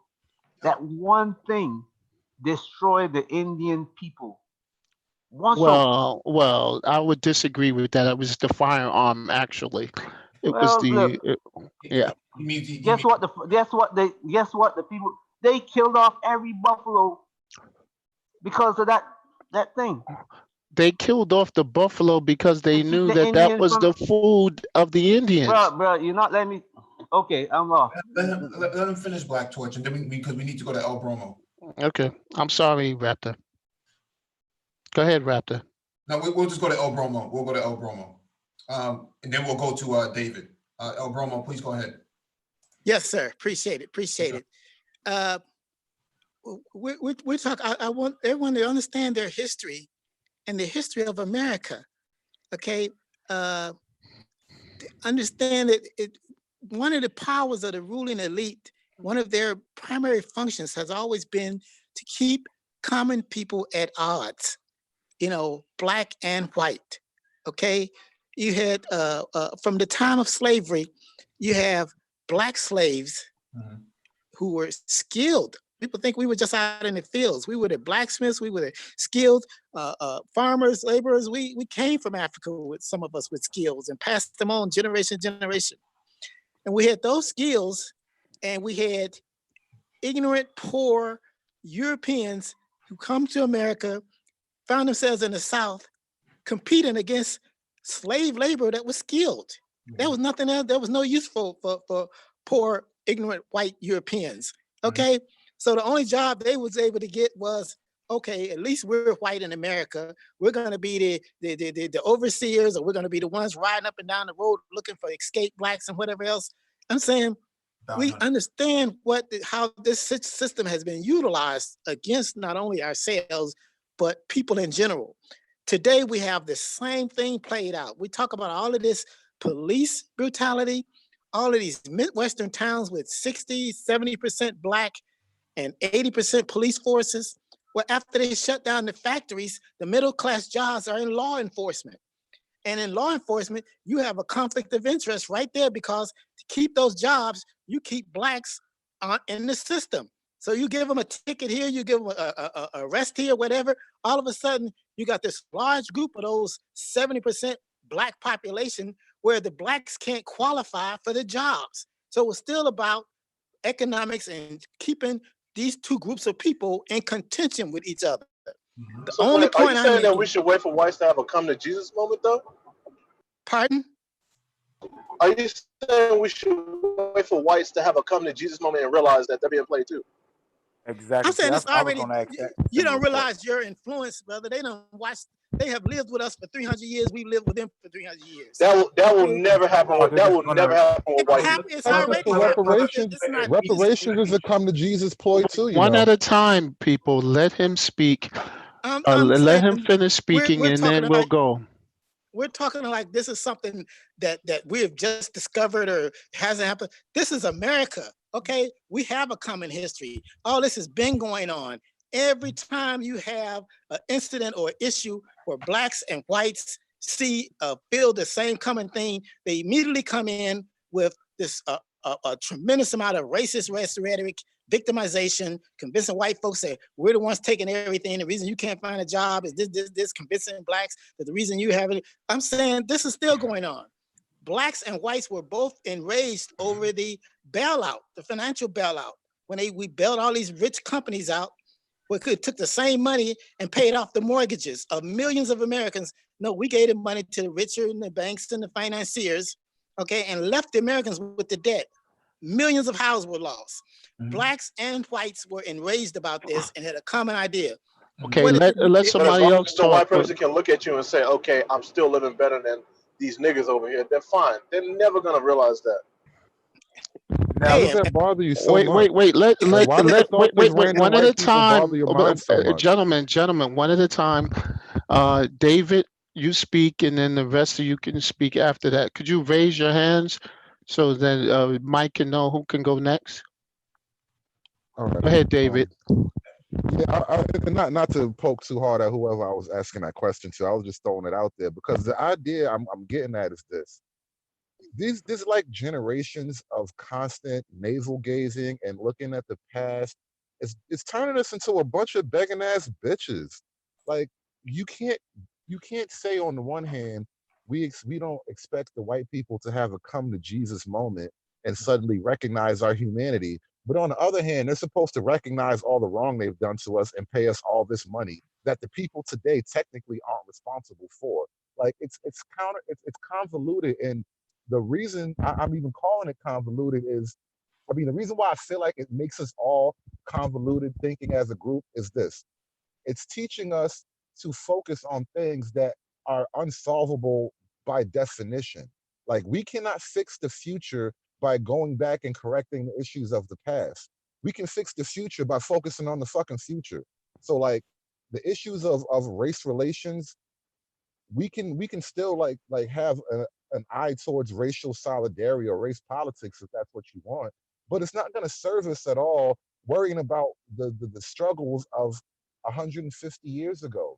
Like the race problem that black people face today is more intra-racial, it's internal than it is external. But we hate each other more than white people hate us at this point. So the idea that somehow keeping this Black History Month argument going until they give us reparations, it's foolish. Who's speaking? Oh, that's Mike. Go ahead. David, the argument isn't so much about race relations. The argument originally was, is America worth saving by blacks? And then we've saved America several times over.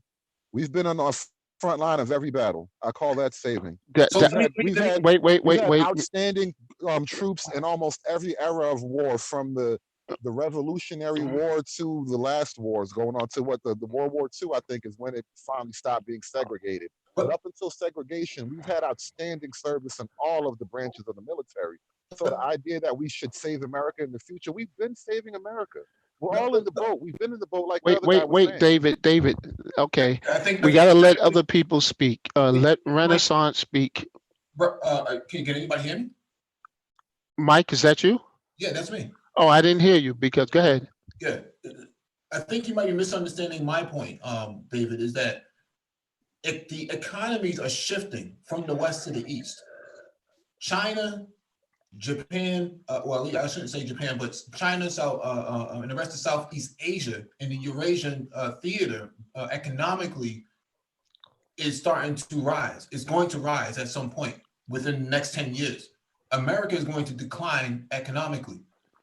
We have to think about, is it worth saving here, or do you shift do you shift to the a different theater for business? Thank you, Mike. Thank you, Mike. That's what I was getting at. I'll address it directly. Wait. No, Ask me the question, David. No, because other people have their hands up. David, wait. You can respond, but let other people talk. Yeah, I wasn't asking you. I was just reposing the question. That was the original question. Yeah. So let Renaissance, and you can go after Perfect Blackness and El Bramo, but let other people talk. Renaissance. No, I just wanted to address one thing that David said. I wanted to really ask him a question because I hear this from Black conservatives all the time about the past. You said that it does no good for us to basically hark on the past. Are you suggesting that we should just forget it and move forward? Because like when you look at mainstream conservatism, one of the things they emphasize is tradition and upholding the past. So that's always been interesting to me, that trope of, oh, we need to look beyond the past and things like that, when your whole ideology puts a great emphasis on the past. I'm saying remember and move forward, but not get stuck, because moving forward implies that you're not stuck on the same problems of before.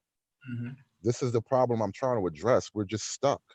Well, when you say stuck, I mean, do you think it's wrong for people to say, okay, the reason, because it's not, when you say that, it makes it sound like, oh, what I'm seeing today is not linked to what happened in the past. To me, if you truly believe that slavery, and obviously there's some debate here, plays a part in the condition of African Americans today, then by discussing it and trying to figure out a path forward, you're doing what you said. We are moving forward. We're trying to solve a problem.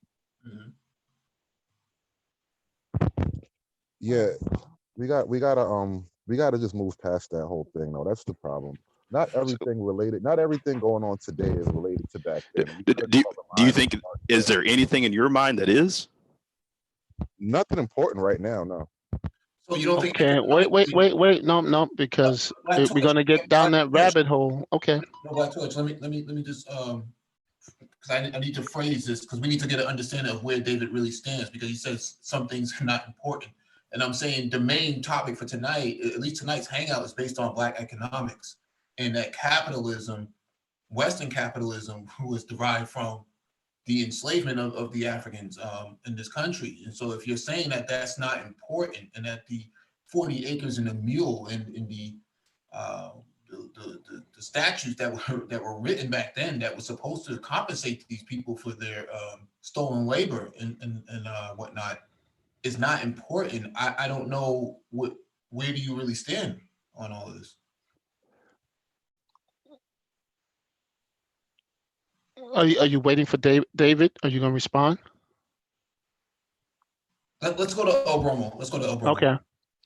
Thank you. Let me just, first of all, let me just say, I am my past. We are our past. This is a process we've gone through. So everything that has happened to get us to be who we are today is a part of what is going to create the future that we're trying to strive for. That's just my opinion. We are about a future that is based on who we are today. And just like pressure molds a diamond, we have gone through a strenuous process here in America to survive. Our forefathers pushed forward with nothing else in mind. Sometimes the only thing they had was their spirituality and their belief that it could be better for the next generation. So I'm all about taking what has happened to me to create me to be a person that should be able to speak with credibility, intellect, and analytical ability to solve and move America problems. I feel like I should be at the forefront of that as a Black person, as opposed to just withdrawing. But the point I really want to make, I was happy to hear the issue of China being brought up and China being all this and all being that, because I said that this boat has enemies out there. There's other boats out there too floating around. The fact is, we were told 30, 40 years ago that America is going to be a service economy, that the jobs are gone. This is it for America. We're in decline. And that process was actually initiated, and followed up on. And that's one of the reasons we're in the situation we're in today. American workers in general, not just Black or white, but American workers in general have been displaced and sold down the river by this corporate, capitalistic, deviant elite that we keep talking about behind the scenes.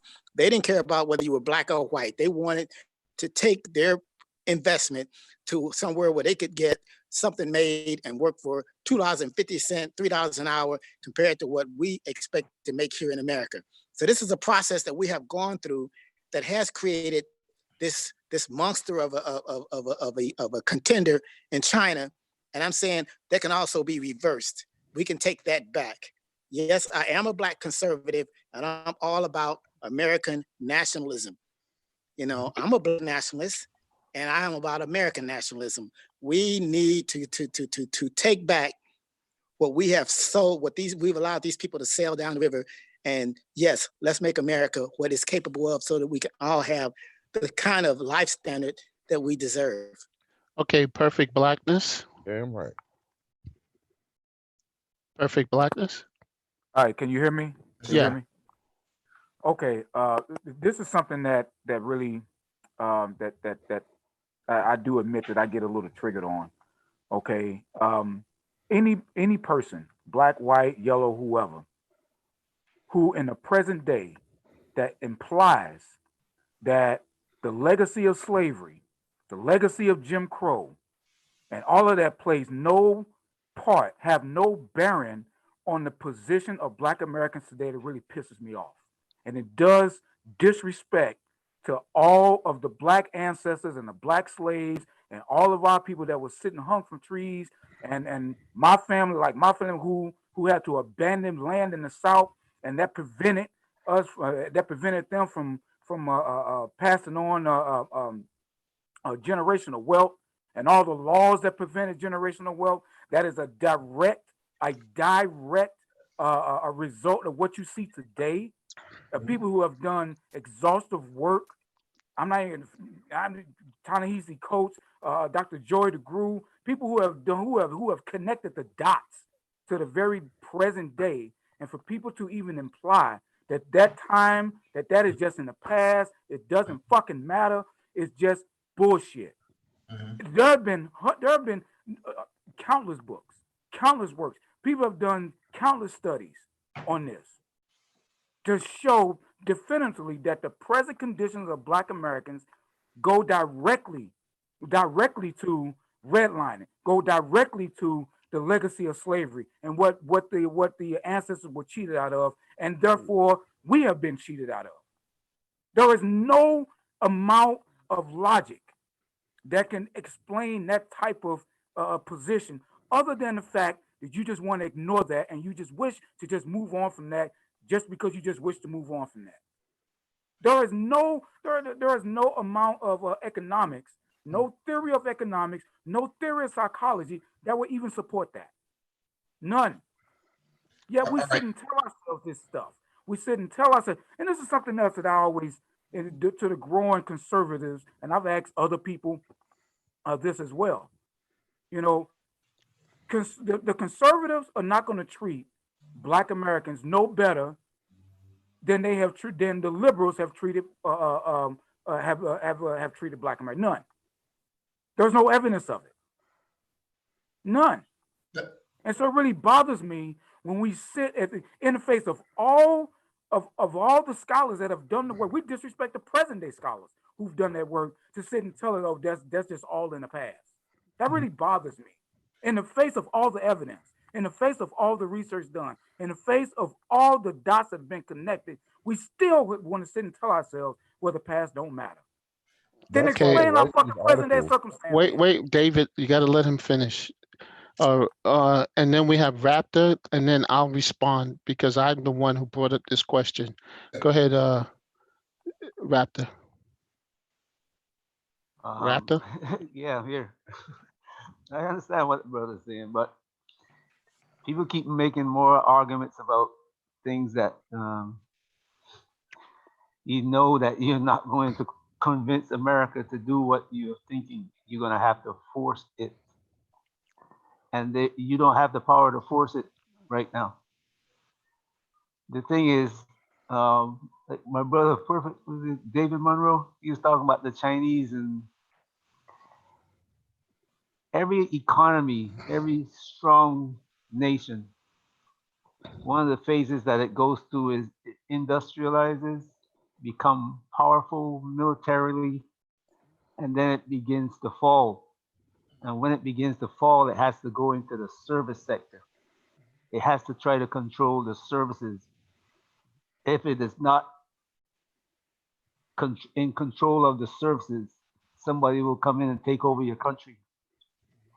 And that's where America finds itself now. America had to go to China. It had to go to China. America was poisoning itself. If you look over LA, I mean, in the 70s, you can see the smoke, smog. I mean, America had to move those industries to China.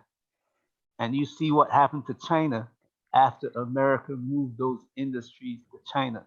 That was a direct result of America and Europe moving all of those industries to China. It made China strong because they became a manufacturing power, but they poisoned the land and the air, and it was killing their people. Yeah. Just like it was killing the people in America in the 70s. America Absolutely. had to move there. And the other thing that happened is when America moved those manufacturing to other people in America, like people who were producing other products, say, you know what? Man, this thing can be made cheaper in China. So why not? I move too. So they move too. And that's capitalism. Capitalism is always going to find the cheapest way to manufacture whatever it can, wherever it can. Man, I So- just got to say one thing. We got 12 people. Boy, this is a hot topic. I understand the arguments that are made, but there's a history to this thing. And if you watch what's happening, the last point was made about China is that the United States wanted to separate China from what was then the USSR. And they figured by if they can put their business in China, that they would be able to control the government. They had the stick, which was we bring progress to your country, and if you don't like it, we'll take it out, and you'll go back to poverty. But guess what China did? China outmaneuvered it. China has always been like that. China has been an internal looking country. They don't care about the outside until you see what's happening now. And even now, they don't care about the outside. They still, with this virus, they're trying to protect their own people. The rest of the world be damned. You got to see China the way it is. And you got to see America the way it is. America will never be convinced by a moral argument. You are going to have to take what you get. And if you see right now, Black Torch was talking about, he's an analyst. And if you see, he's not the only analyst. Those people who control Wall Street, they are not going to give you any reparations. Whether you be the French going to give to the French colonies, the Spanish to the Spanish colonies, the British to West Indies and Africa, or America to anywhere in South America or America, unless they can see that those dollars are going to come back to them, back in their hands, and very soon. They expect to get back what they give you, or even more than what they give you.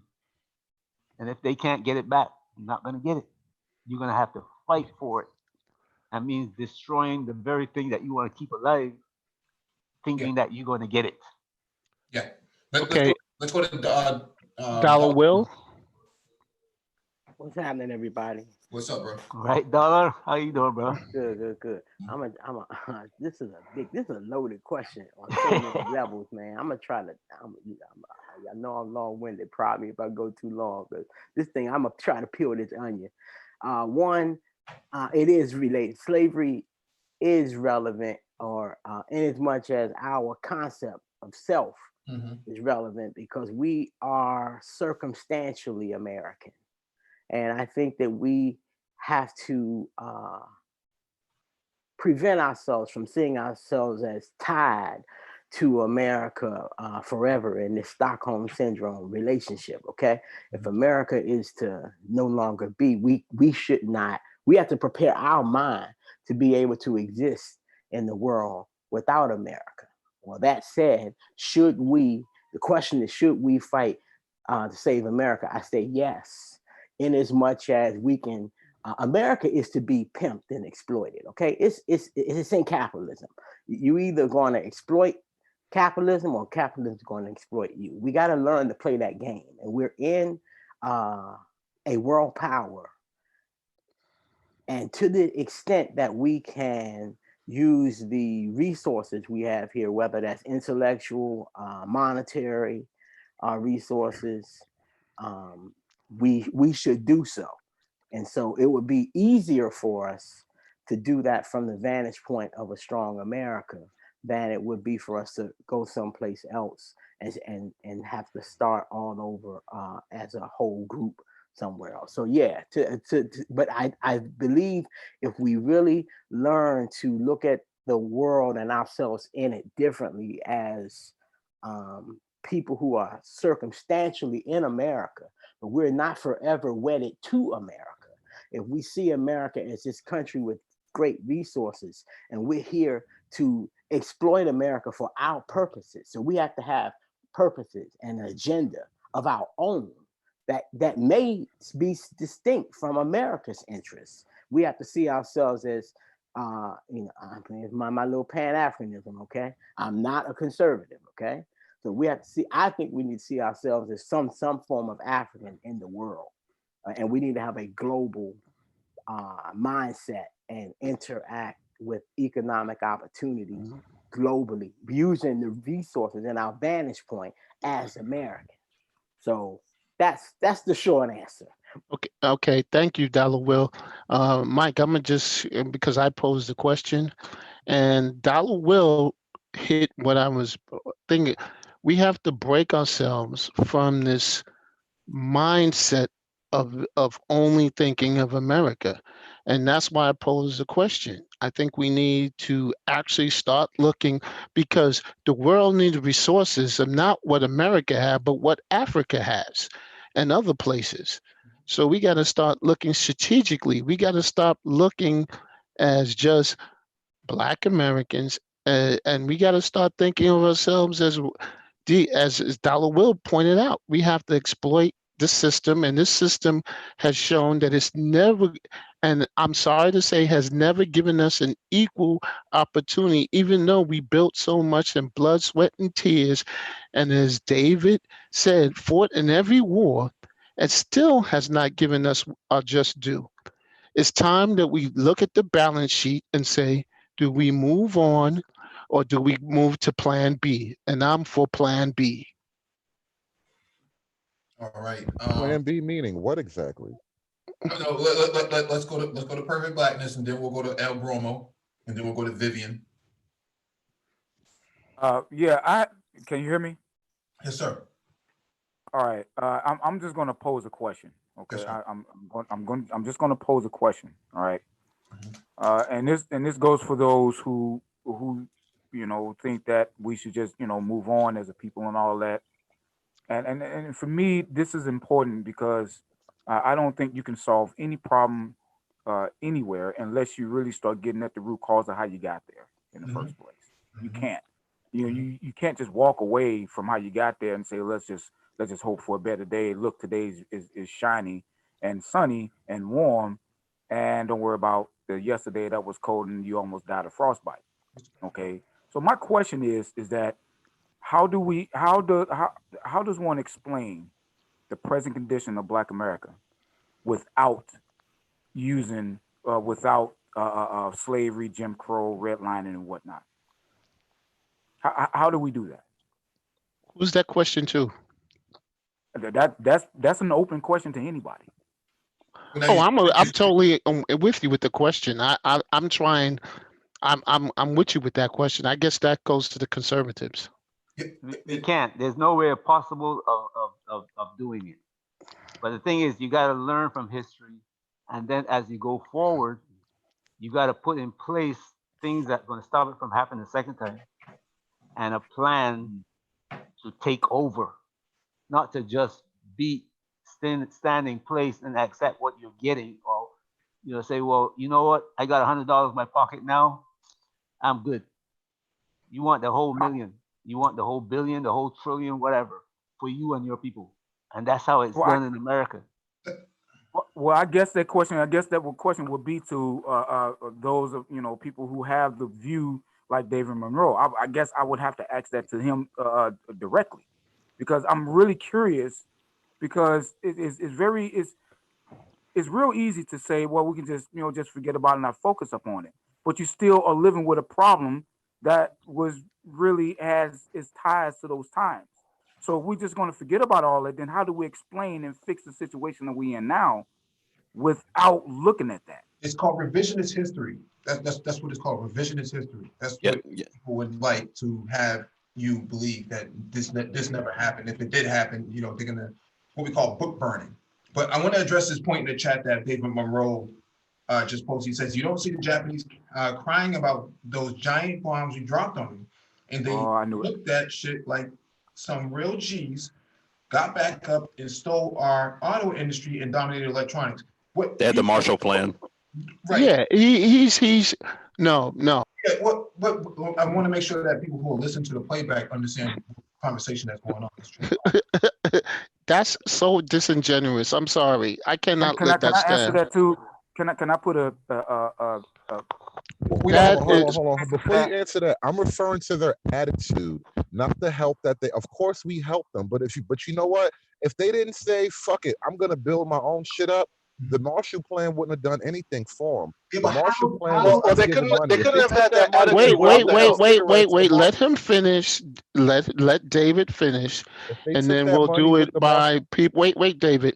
We have a bunch of people with their hands up.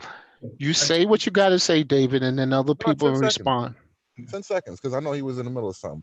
But if they took that money with the Marshall Plan and bought like weed and cigarettes, sake and cigars or whatever they do in Japan for fun, then the country would be like Somalia or one of these third world countries now. But because that samurai ethos was in all of them, they said, you know what, fuck it. We took the L, we're still alive, and we're going to go right back to work. And they kept going. That's my whole point, is they took the L and kept going. Wait, no.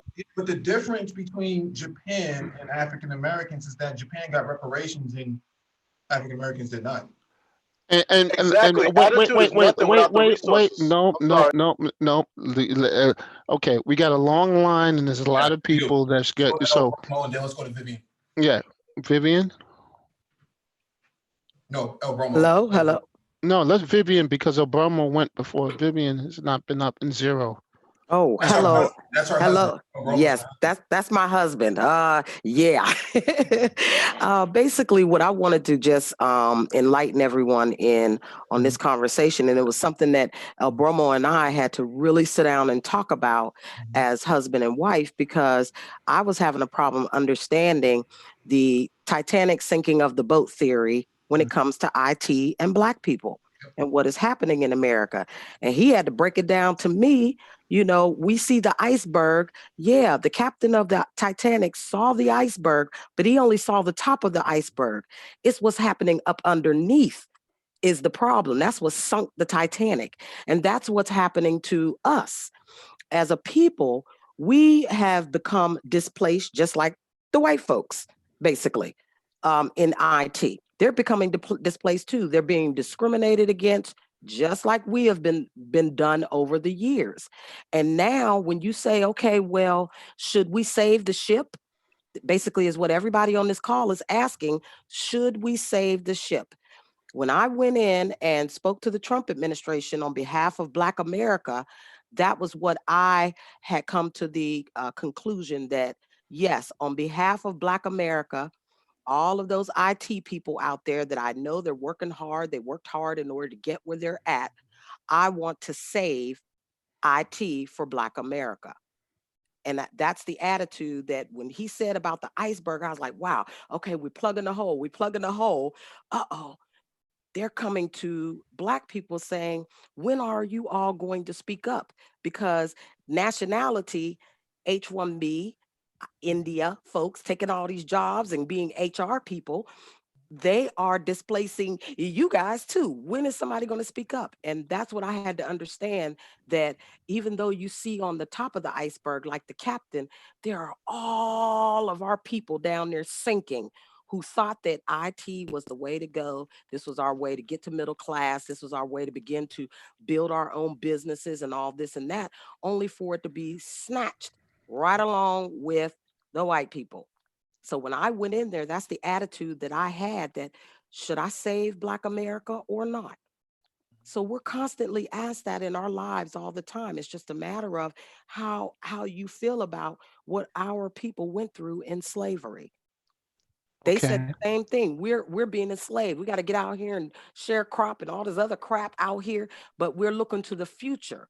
And that's the answer that I had to give myself in order to basically go in there and deal with everybody in there that was white except me, and deal with it as Black America, saying, I want to jump on and plug a hole. I want to save Black America for IT. I want to plug a hole. So I just wanted to let you all know and mention that, as you say, well, should we save America? We're still on the boat. Just keep that in mind. We're still here. Not all of us are going to be able to make it to Africa, but we can certainly save enough to where they can get up enough dollars in businesses to go to Africa, so that we can start to help the ones that are still stuck on the ship. And that's all. I'm gonna leave it at that. Thank all of you. All right, Thank Zero. you, Vivian. Thank you. Yeah. Zero. Nerd, can you hear us? Oh, Zero left, I guess. No, Zero didn't leave. He's here. No, I didn't leave. Oh, okay. Yeah, hey, how y'all doing? I was muted, sorry. So what y'all talking about, I'm just gonna kind of quickly repeat what I was talking about in the chat. As far as real quick on the Japan thing, Japan was assisted with the rebuild, so effectively reparations, but I mean, they were given reparations in exchange for bending the knee and effectively becoming property of the United States. So, I mean, they had caveats with that. Also, Japan was forced to give their women rights the same way the US did in order to double their workforce for capitalist production, i.e. auto industry and whatnot. That's why Toyota grew so big. So, I mean, there were a lot of reasons why Japan was actually given reparations. Also, their country was pretty small at times. I mean, because they had just got bombed to hell. I mean, so, I mean, that's real quick about Japan. But as far as like the slavery piece, slavery has been employed by every nation ever since the beginning of civilization. That's how you build a civilization in the first place. We seem to be the only people that are stuck on the fact that we lost the war. Everyone else moves on. I mean, we have two recent examples of races that were almost made extinct. We had Native Americans, which were almost made extinct by Europeans on both sides, English and Spanish. And they basically just, I mean, they were given reparations in the form of, hey, you guys get to live on this little piece of land and most of our laws don't apply to you, so you can open casinos. So that helped them greatly. But the fact of the matter is, they damn near went extinct and got their shit together. They could have easily dwelled on the fact that they had all of their shit taken and, you know, just been stubborn and stuck and ended up really going extinct. Same thing with the Jews. I mean, they were almost made extinct. And what they did was they came to a different country and started doing a lot of textile with clothing. I'm sorry, you're being disingenuous. I'm Wait, sorry. No, I'm actually not. No, wait. Oh, Let man. him finish. sorry, No, let him. This You gotta literally let him. happens every We time I can. talk. You Go let him ahead. finish. No. We're gonna let him finish. Okay. Let him finish, and then It doesn't work like that when this is not those other platforms. Go ahead, Mike. You can take control, but I just didn't want them to.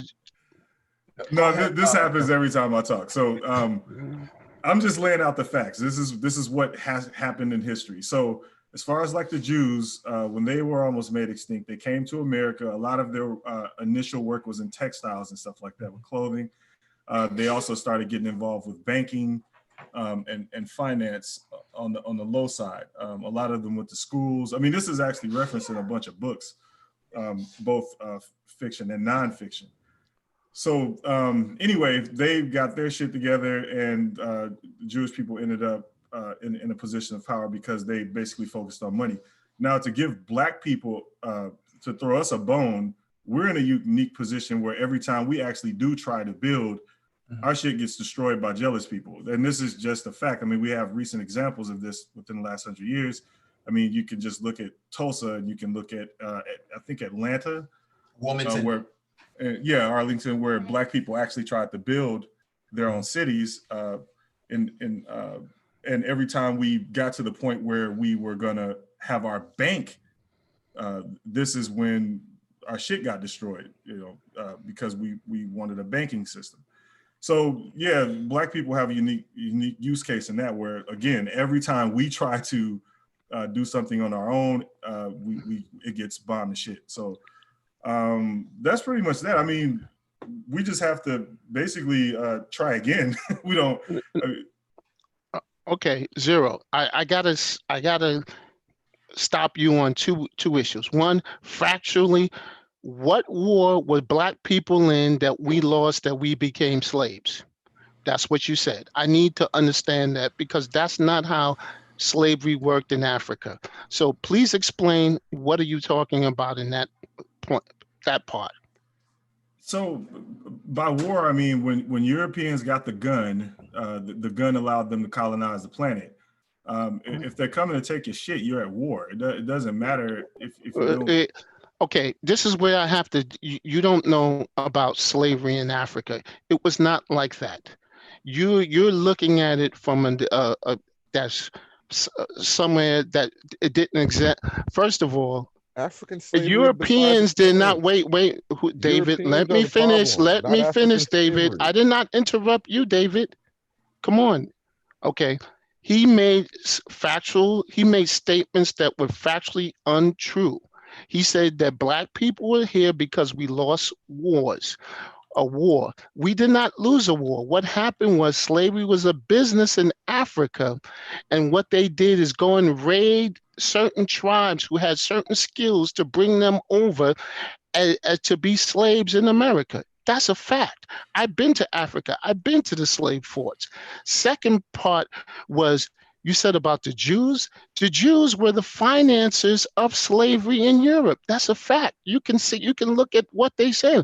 Look at Barclays and all these other things, Lloyds of London, and you see who was the major stockholders back then, because in Europe, Jews were unable to own property.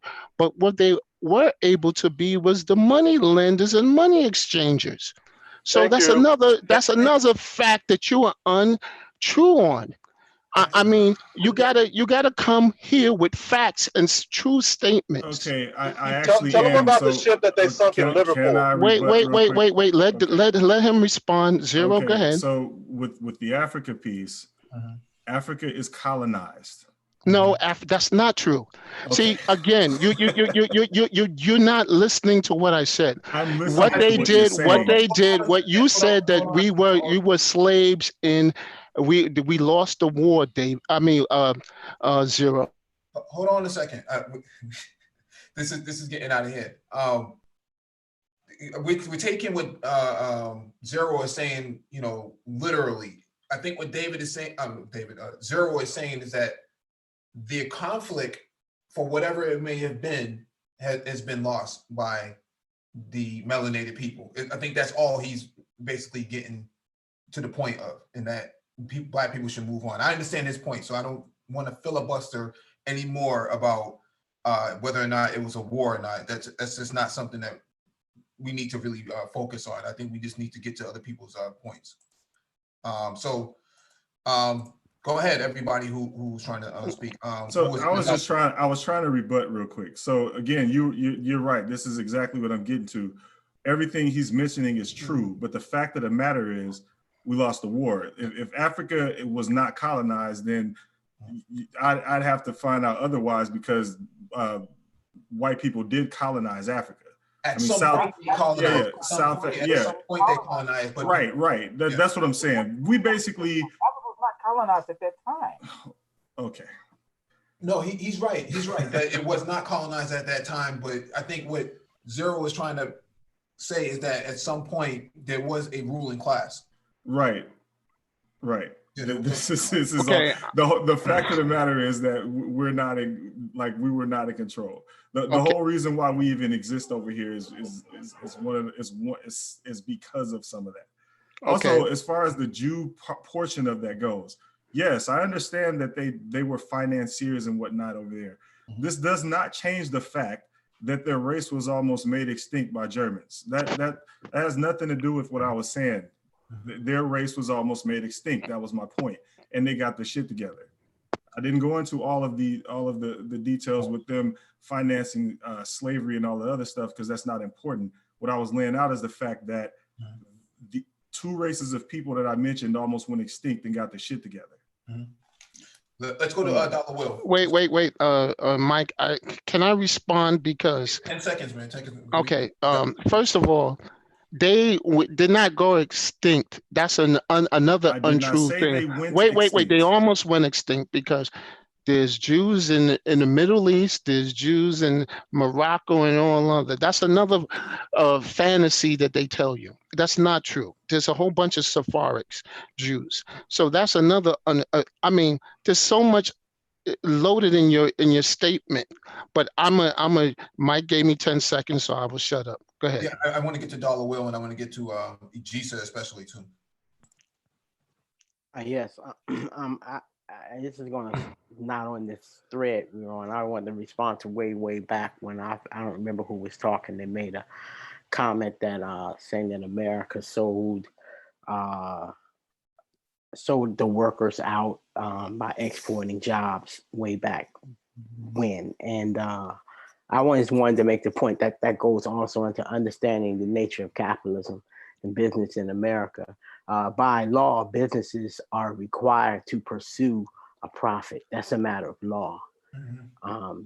The needs of the people to have labor, the corporations are not required to be sympathetic to that fact. So that's a failure of the government structure. And I'm not talking party politics. It doesn't matter, Democrat or Republican. Okay, in the Constitution. Okay, it's an error there. Okay, because it doesn't. It's not that business corporations are required to have self-interest and grow money by any means necessary by law.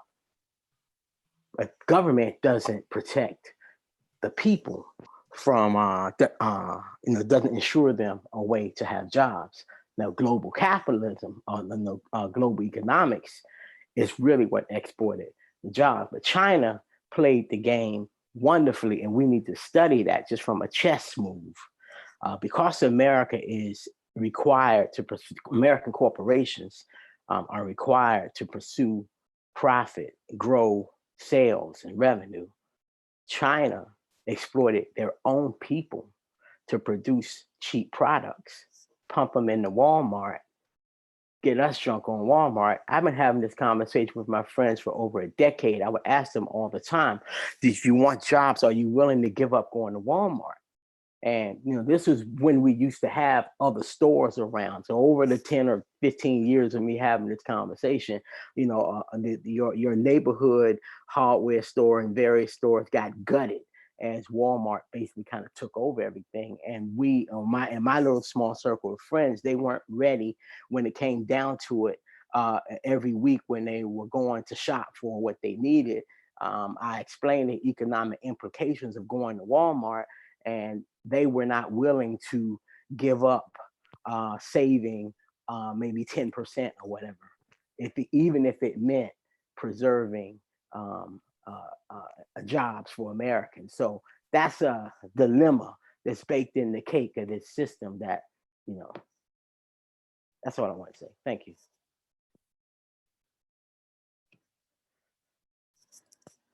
All right, let's go to Perfect Blackness. Then we'll go to Renaissance Man.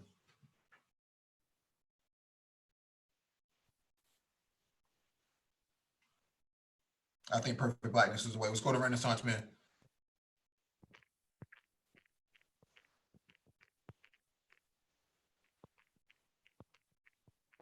All right, Renaissance Man is the way. Let's go to Ijisa.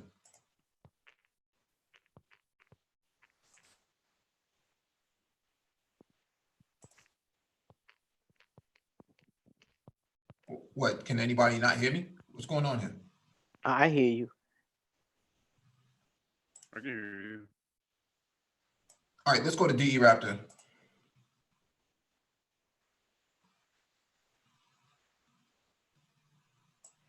Do a roll call, Mike. No, people are raising their hands, so I assume. Oh, okay. Yeah, let's go to El Bromo. Go ahead, El Bromo.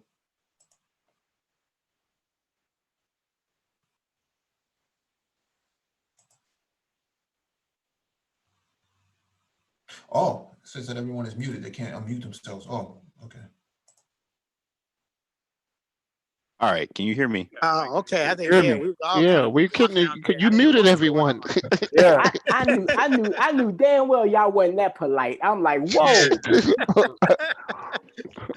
Mike, keep your hand off that button. You muted everyone. Oh, the Zoom update automatically mutes everyone. Oh man. Go ahead. So did you want me to speak or? Go ahead. Go right ahead, brother. Go ahead. We'll get back to that. Yeah. I just want to let me ask a question. Who is America? Okay. We keep talking about America and like it's blacks and then America. Wait a minute. If you go to any major American city downtown and walk into any 10 white people randomly, the odds are 70% that you have a longer heritage in America than that person. 70%. Okay. So even a lot of these folks that we're talking about being so abusive and manipulating the money, all of that, they haven't been here as long as us. Okay. So let's understand who America is. Now, we had two dynamic leaders who came forth and gave America a view of itself. You know, my brother Malcolm said, "You're evil, brutal, a devil. We need to get guns and protect ourselves and blow all you away because of what you've done, this history of oppression you put on us." And brother Malcolm said, "Yes, you've done everything Malcolm has said, but you really have a conscience. You really have a spirituality. You want to be better and everything. Let's turn to your humanistic side and make the world better. You know, give blacks this new opportunity to change." So I'm just saying that this was how America was confronted by our leadership, and I had a real metamorphosis, a real major attitude about America and seeing it for myself. I was with Jesse's national campaign in '88, and his headquarters was in Iowa. We were in Iowa, and I traveled with Jesse and watched him talking to the Iowa farmer and all these other folks in these little small towns. And I was sitting watching these white folks mesmerized by his leadership and his focus. Jesse had the whole tone for that election. But what happened? The Democratic elite, the so-called super delegates, chose Dukakis and had him walking around the last few months of the campaign saying, "I agree with Jesse, but I'm electable. I'm electable. I'm electable." And then he got into the election and won 2 states.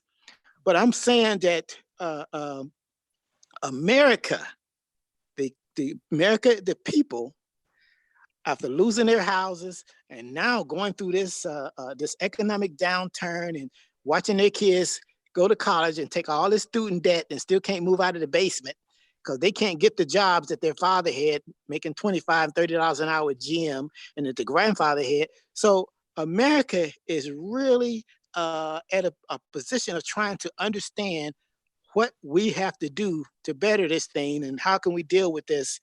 And I'm going to say it again. I know I'm emphasizing a point. There is an opportunity for Black leadership to assert itself. Black leadership to assert itself. It's not just them listening to our culture and our ways and this and that. No, we have generations of America now who are saying, well, wait a minute, subconsciously, sometimes subliminally, these people have been through it even worse than I am. Maybe I should listen to what they're saying. Maybe, I should listen to how they're dealing with the world and the life. And I'm saying for the educated individuals like yourselves, I listen to you. You know, we are really, what's the state of Black America? We're better than we have ever been because of what our forefathers and parents and grandparents sacrificed to put us in the position we're in right now. We are not lacking in this intellectual expertise, professional ability. We are mostly lacking the means to take charge of the situation and do things that we're capable of doing. And that's the resentment. We know we're better than what we're living. We know we can do better and we can offer more and contribute more. But we first have to understand that we have an opportunity to lead, not just participate. Why should I want to undermine America when America is the world's superpower? I'm a part of that superpower. Don't forget that the Christians came into the forefront, came into being, and the Roman Empire, the power of the world at the time, was feeding Christians to lions and tigers and ridiculing them and all of this and that.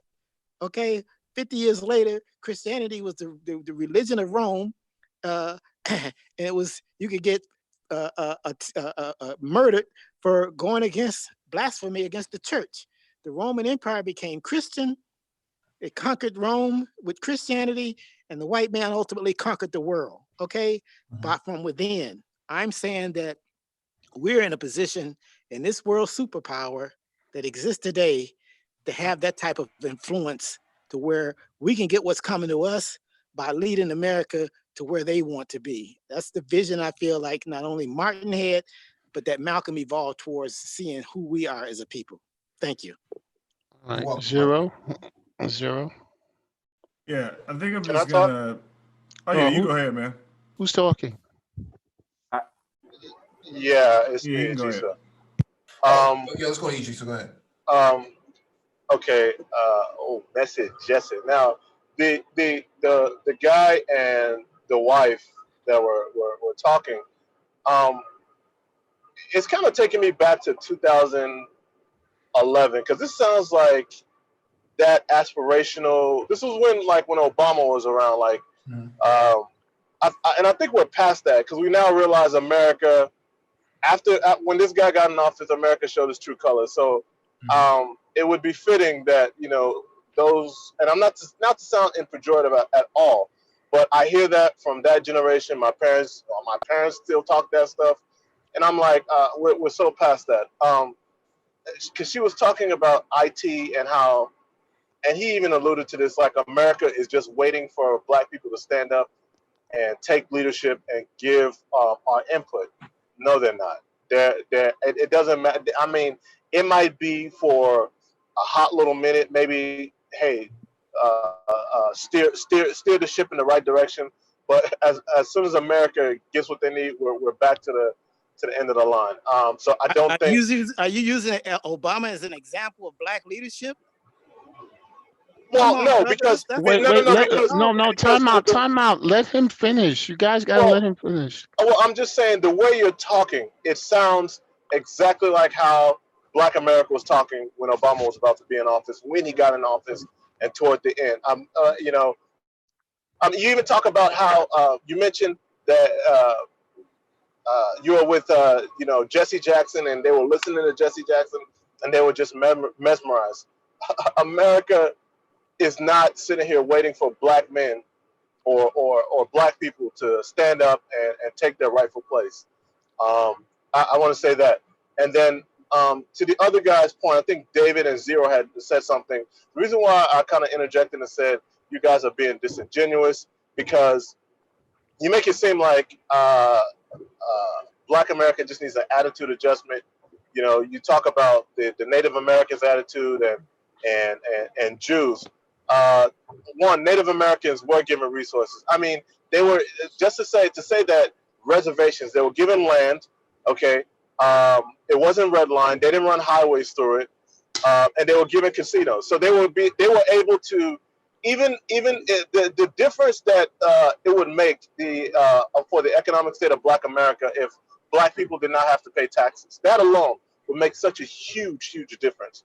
And then too, I want to get on the part of when they said about Jewish people. This goes down that whole rabbit hole of being a Holocaust denier, and it gets all people in all kinds of trouble.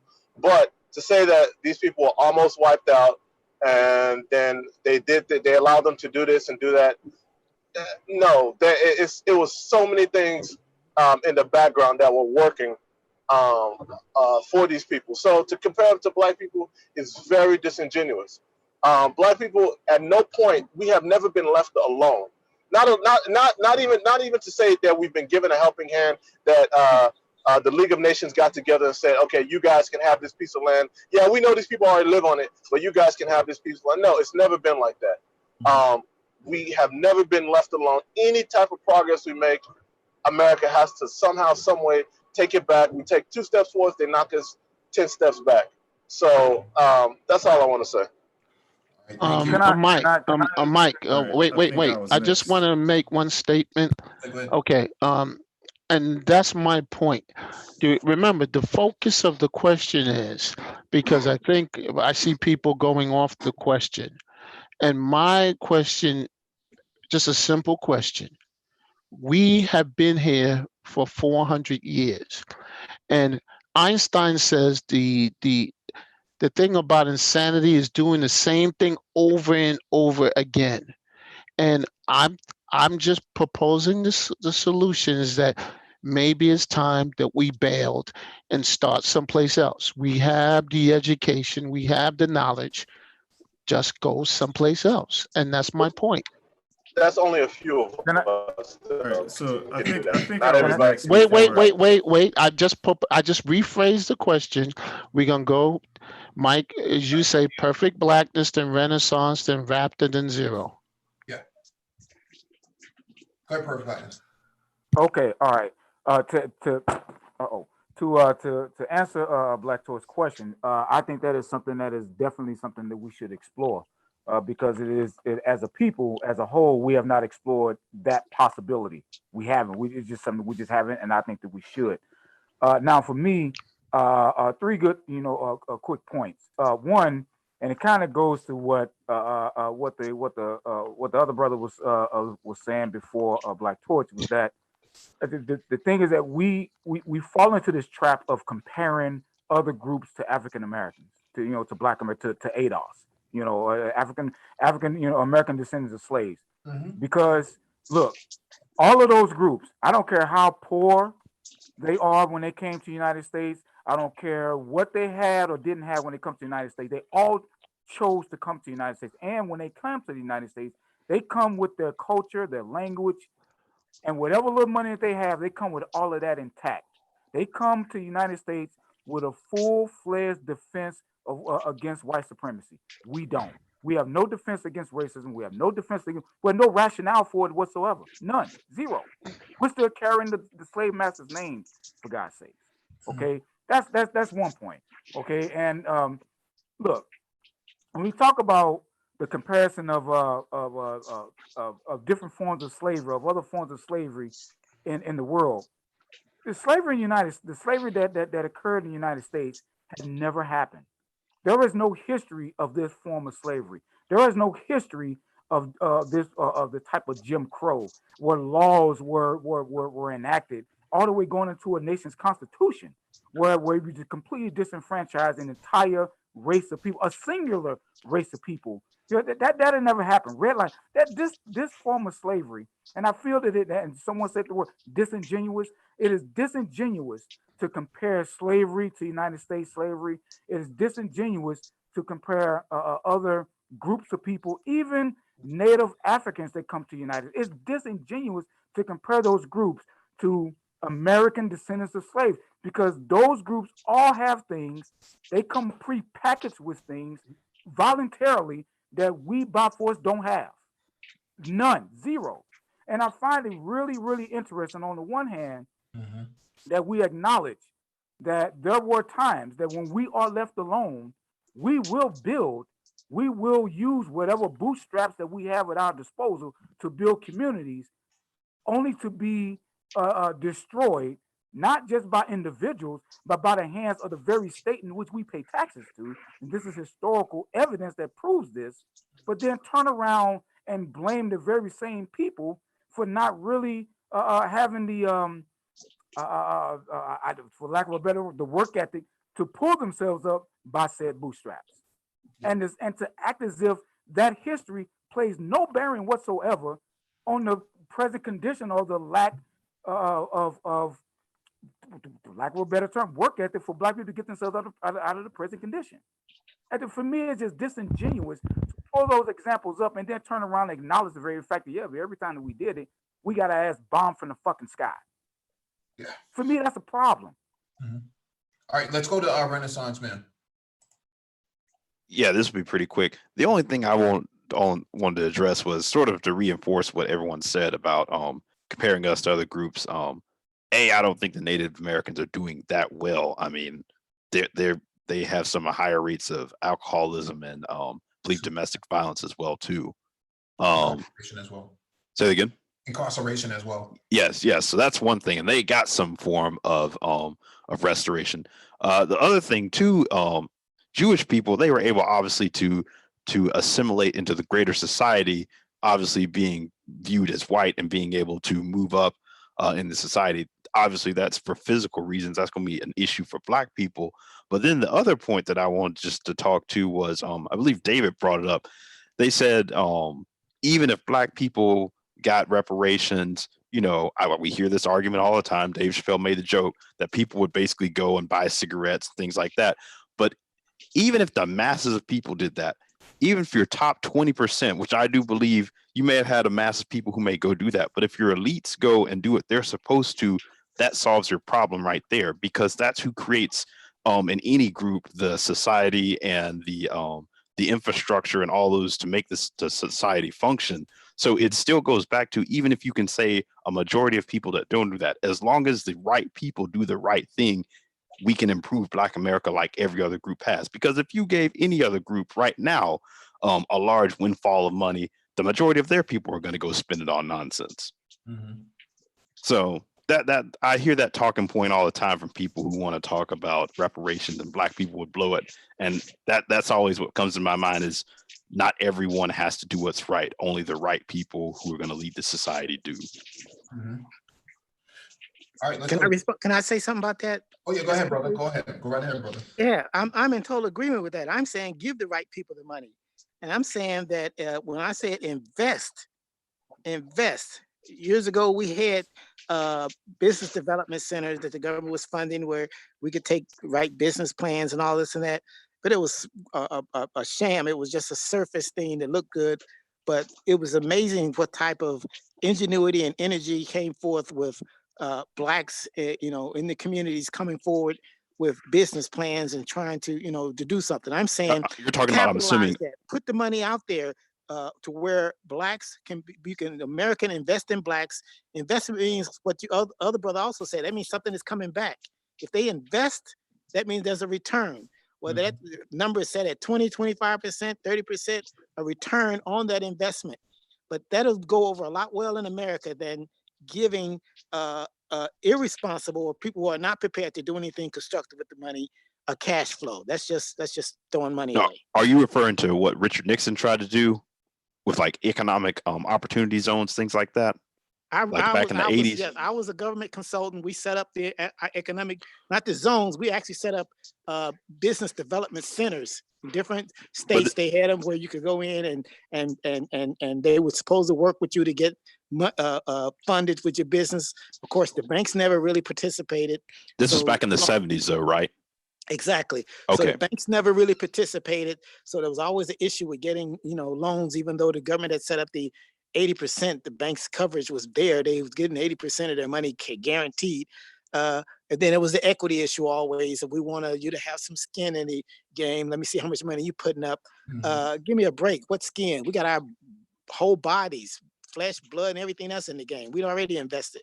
Which goes back to the lack of capital and lack of generational wealth. Exactly. That's what I'm saying. We need capital. We need to allow innovative, intelligent, professional brothers like what are on this phone call to be able to say, all right, I believe I can make it. I can do this. I can do that. I can pull together a group that can do this and have America put that capital out there. Blacks are the main employers of Blacks. We will improve Black unemployment, and Blacks will have the opportunity to advance and learn the business skills necessary to pass on to the next generation. So the only thing wait, no, because we got to let other people get in. I just want to finish one thing. The only thing I wanted to say was that even with his plan, you have to remember all Black people, or the majority of Black people went through slavery. So all I was saying is it's owed to everyone, but we only need the right group to do the right thing. That's it. Okay, Okay, and that Raptor. goes to W. Du Bois. We can Wait, owe it to no, everyone, but you gotta let let people else. Raptor, let somebody else. You gotta let somebody else So, speak. no, let El Bromo finish his point because he was having. I'm saying you still have to allow the elites. That was W. Du Bois's model. It had some credibility in it. We may all have a debt, and we all may owe, and we want to help, but you got to allow the people who are in a position to make it happen, to make it constructive, so that the masses of the blacks can benefit. You mean like Robert F. Smith did for Morehouse graduates? Yeah, and I'm talking about like the people on this phone. You're some very capable. Well, see, this is what brothers on the phone. this is what I was talking about, Mike. Okay, if you take his suggestion, who are the leaders and who are the ones that you quote ordained to do this? That's I have a problem with. I have a problem with the whole facade, and that's what I was trying to tell in this whole thing. We have invested so much blood, sweat, and capital in America that we put all our eggs in one basket. I'm saying strategically, as a people, we should look about putting some eggs in another basket, just in case. What if America falls? Are we supposed to What other die with this basket place? is there? Like, I mean, not. Wait, listen, wait. Who's that? David, This hold is on. David. Oh, wait, no, David, you gotta wait. Yeah, just wait 1 second. Let's go to DE Raptor and then we'll go to Zero. Zero wants to finish his point.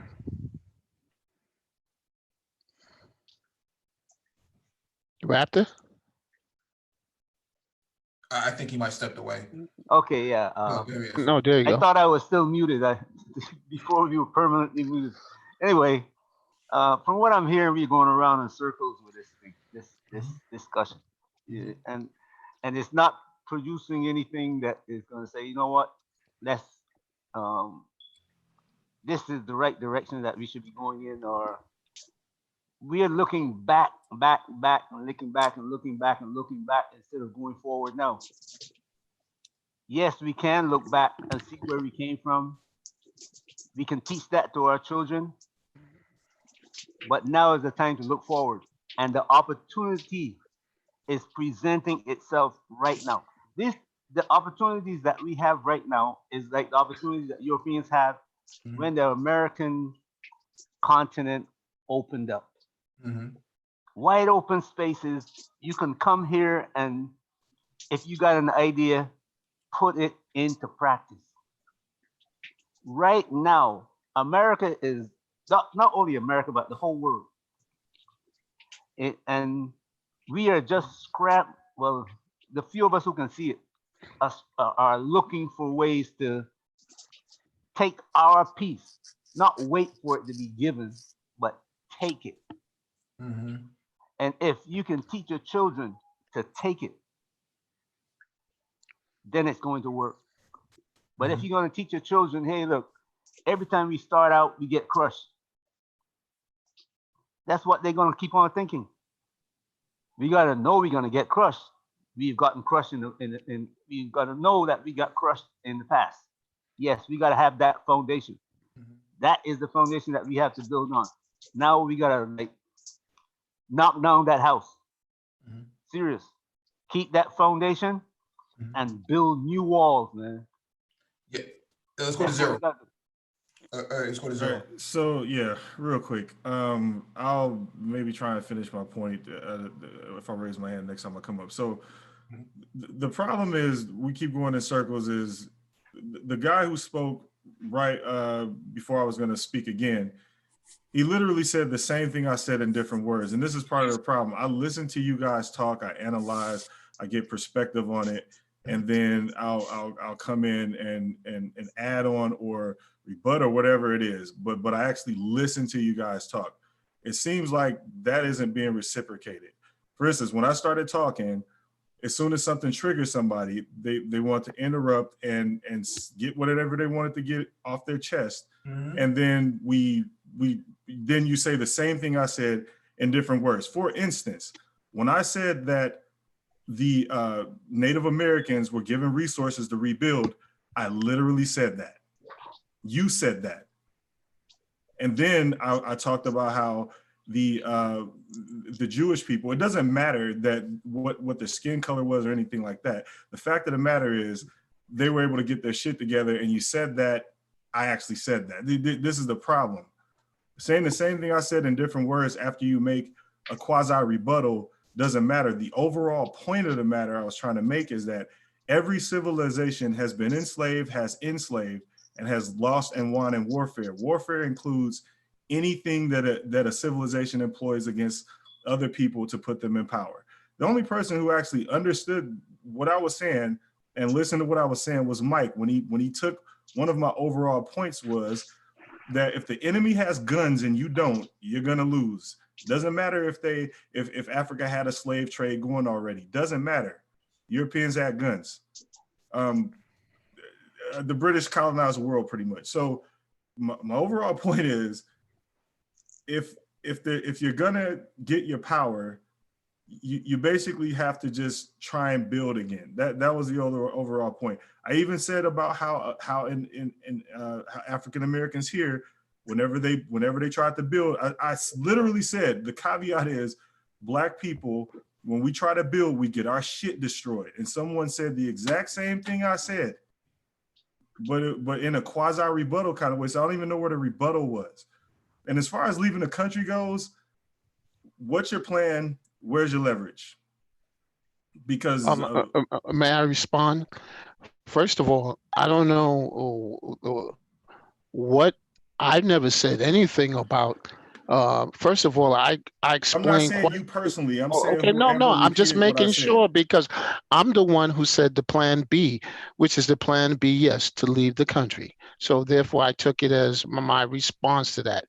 I did not respond to the first 2 points because I did not say anything about them. I'm responding to point B about leaving America.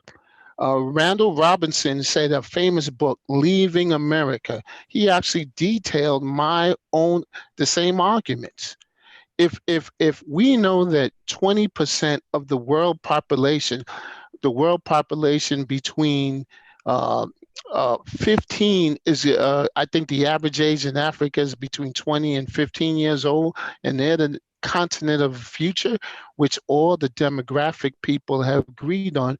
Why, as a people, logically, would you want to stay here when we have an average age of 50 in America? And furthermore, I'm just saying, as Black people, as people who have never been afforded the ability to be Americans, have never been the ability to be we fought in every war, but we have never been they have did things to us where no other people has survived. We have been studied more other than everyone else in the world because of the things that we've been put under. And I'm saying for ourselves and my genetics is that we need to look for plan B. That's all I said. Understood. So what's the plan and where's your leverage? Oh, see, that's it. See, that's my point. That's my point. I'm just, no, no. I mean, I'm trying to answer your point. We had I'm not the only one that brought this up. I mean, like I said, Randall Robinson, before him was Marcus Garvey. We had other people, but now as Mike has told it, he's been to Africa and he's seen they've got Black technocrats there to see that ability. Why is it that when I say something like, okay, we have Black technocrats here that can't get we see the vision of building blockchains here and things like that. Why is it so strange and so problematic to say like, hey, maybe you ought to think about building someplace else? I'm just putting that out there because maybe I'm a romantic, but I just can't see we doing the same thing over again and hoping and praying that this destruction in America is going to allow us to be human beings. Yeah, I agree, but I'm just asking. Exactly. You need a plan, you need a plan and leverage, is what I'm saying. I agree with what you're saying. I'm not triggered. I'm not emotional about it. The question is legit because if you don't have any leverage or a plan, you can't make it happen. Let's go to Jesse. He's had his hand up for about 20 minutes now. Okay, peace to the panel, man. So here's the thing, right? Black America, we have a myriad of complex problems that need to be addressed. So as far as to pose the original question, we can build in America as well as we can build in Africa or any other country that we may want to go to. The issue is that we lack a lot of things that we would need to make that successful, right? So one organization, okay, when you talk about, a lot of people mention the different Black Wall Streets around the country, but the thing that no one mentioned is that we had organization and intact family structure during those time periods. We don't have that to the same level at this particular time. Mhm. So if you take someone, that does, I mean, I've been to Africa, right? I've seen certain African Americans over there that may be, single mothers with multiple children that have moved to different parts of Africa. Mhm. I've seen people from here that have brought some of the same issues, and it's basically yielding the same results. So you have to have that organization, right? You have to have a intact family structure, even if it's not necessarily a father, which the father is the ideal, in my opinion, to be the executive leader or CEO within that family structure. You have to have those type of things in place for it to be successful. And from what I'm seeing now within our community, we probably only have that within maybe 20% or less of our households. And so that 20% or less will be the group of people that will be able to, be successful with more predictability than those other groups and what have you. And so a lot of people talk about, we like it's one big problem that we have as Black Americans, but it's a myriad. It's multiple very complex problems that we have that we have to not only create creative solutions for, but we have to implement those. And the issue with our family structure is that if you don't have a competent leader in your family structure, you're not going to be able to implement those creative solutions. Because the big thing about the civil rights movement and the Black successful Black cities and the Black Wall Streets is that you had that intact family structure where you could easily take something like a like general policy, right? So general policy from think tanks on creative solutions that the leader of that family could mandate, okay, we're gonna go in this direction. But you don't have that now, it's not going to be very effective. Yeah, let's go to Dollar Will. Yeah. Put some volume on your mic, Dollar Will. Hello. Yeah, good. Yeah, I was gonna say that I don't think that I think we got to get rid of that model in our mind that we all should go on most. Africa is stronger, better if it has a presence around the world. So we're here in this strong country. We're here in the UK and other places. It's more important what our mindset is, whether we're here or there. Because if our mindset is not right, we're gonna coon here and there. So when our mind is right, we'll be looking for business opportunities to take the wealth or whatever, what you want to call it, wealth, our excess that we have here in America, and look for investment opportunity in Africa. We'll see opportunities to import things from Africa to sell to this richer population here. That's all from having the right mindset. And some of us will be able to choose to go and live in Africa. We need to take control of the educational system here. So to end some of this extreme American indoctrination, to create the Pan-African psyche that we need. And we need to take the initiative to make that happen around the world, whether that's replacing the school system we have, which is probably not practical. Maybe we need to supplement it. Okay, we have these churches everywhere. Maybe we can get these churches to involve and take on this initiative as well. Well, some churches in America have exchange programs or have sister churches in African countries. We need to support that effort to create that kind of kinship from younger Black Americans and younger Africans, so that when kids get to be 18 years old and they think about going to college, they consider going somewhere else, leaving America, going to an African country for college. What a concept. I think if a kid is growing up with social media friends in Africa, encourage your child to have social media contacts in Africa, make your child learn an African language. I grew up, they forced us to learn Spanish.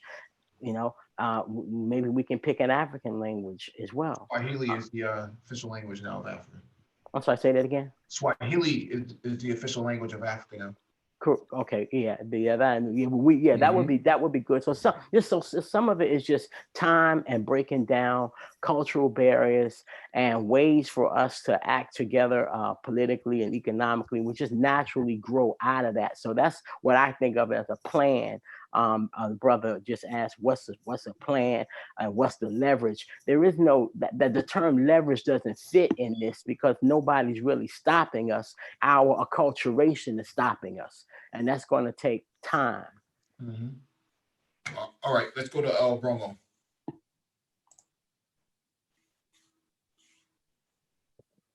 Yes, appreciate it. I love the fact that we get into Black economics and Black family structure and all that.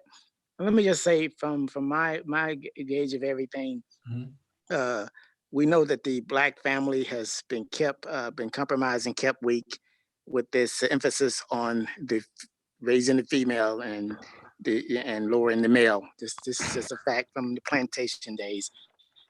We've always had this lack of equity in Black male leadership, and in my opinion, the Black man and Black female have effectively dealt with each other despite this tremendous unnatural variance in condition.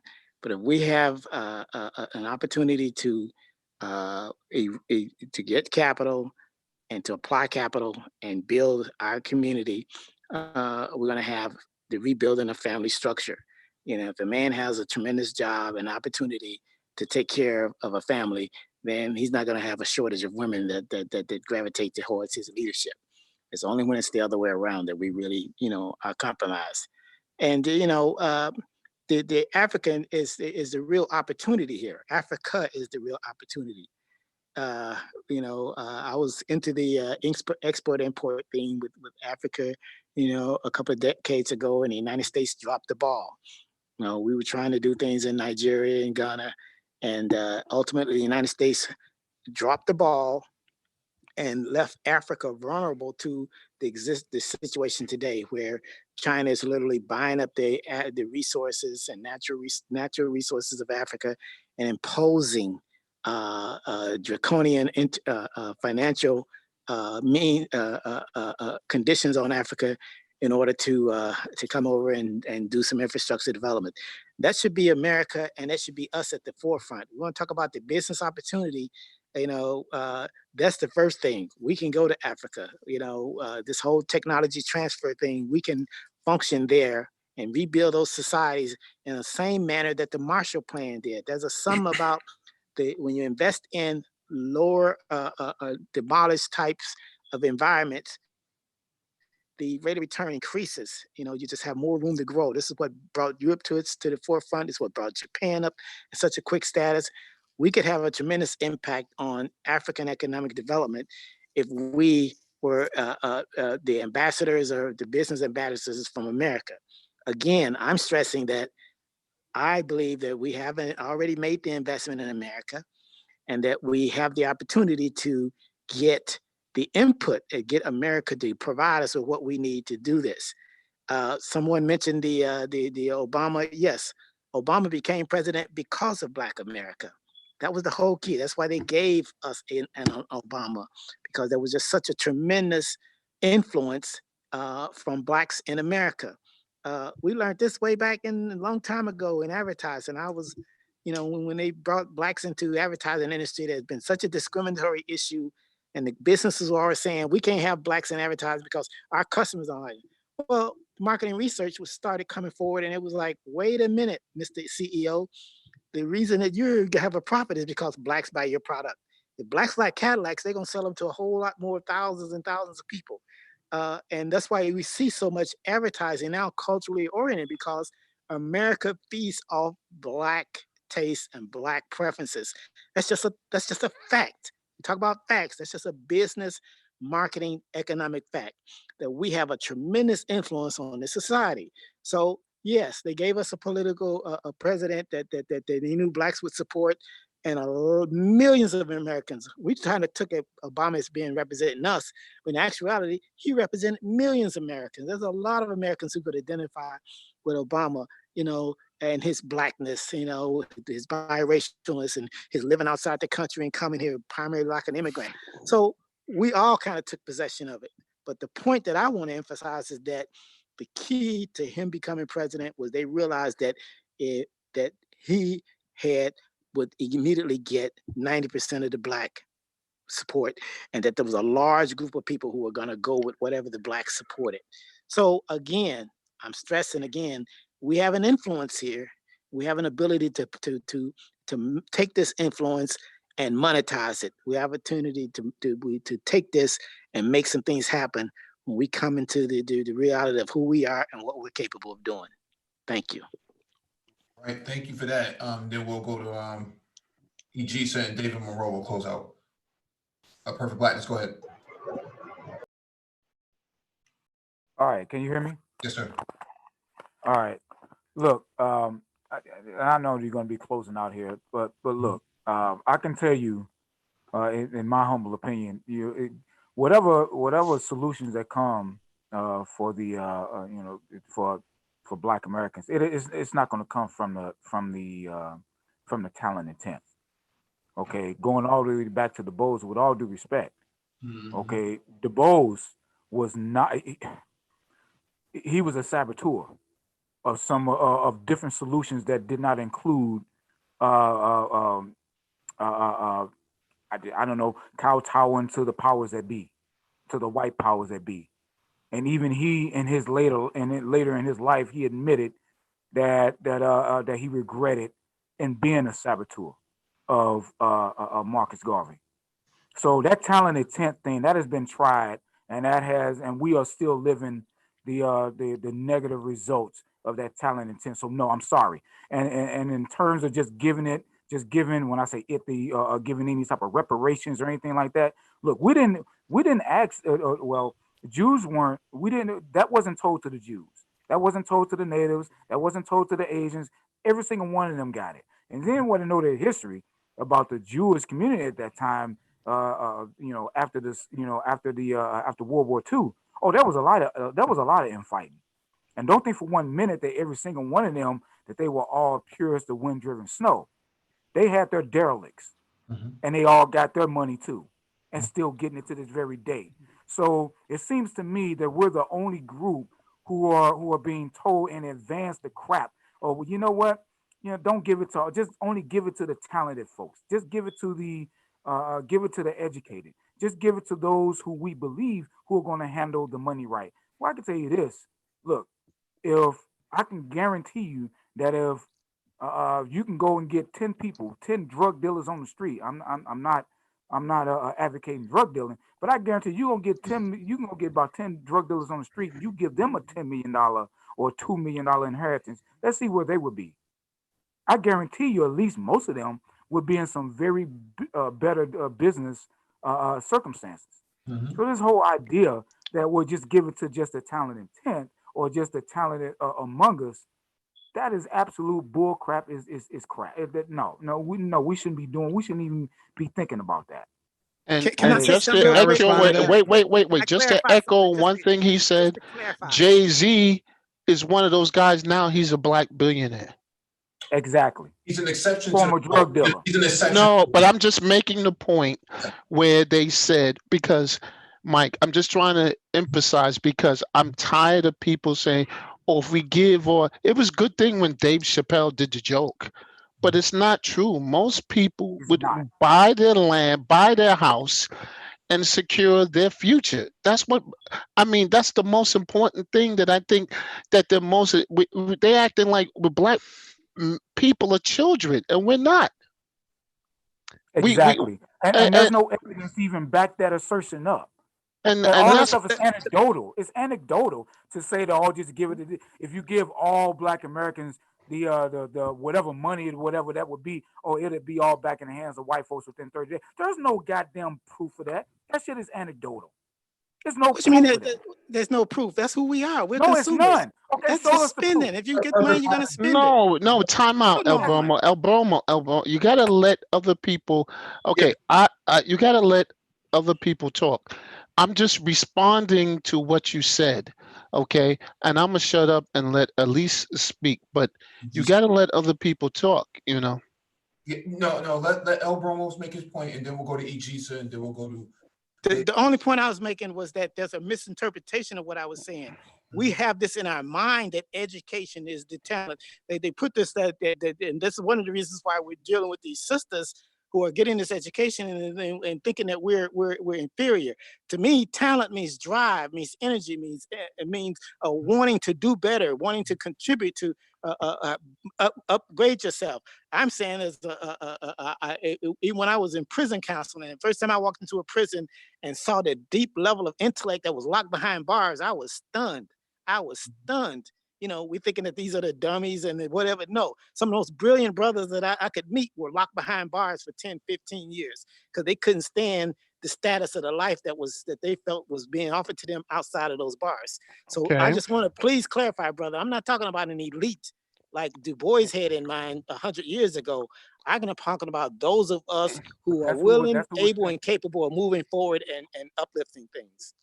All right, let's go to Du Bois was the person who was mentioned, and it was his whole idea of talent intent. Because you look at the talent intent that we see on TV, we don't want them nowhere near divvying out any reparations to the rest of Black America. I can tell you that right now. Agree.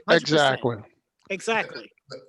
Let's go to Ijisa, and then we'll go to Dave Monroe and close it. Yeah, I just want to say, I guess somebody already hit on my point, so I'm just going to leave that alone. But I do want to add to Zero that at the time I interjected, I didn't finish hearing the rest of what you had to say, but I was mainly countering the point that David had made. Is just that at the time you were talking, it sounded like you were mirroring what he was also saying, but I didn't mean to offend you or anything like that. So my apologies. He's not on the panel, so that's fine. Okay. Well, I think that's everybody. I guess David. Yeah, David. Can I respond to that real quick? 30 seconds. Go ahead.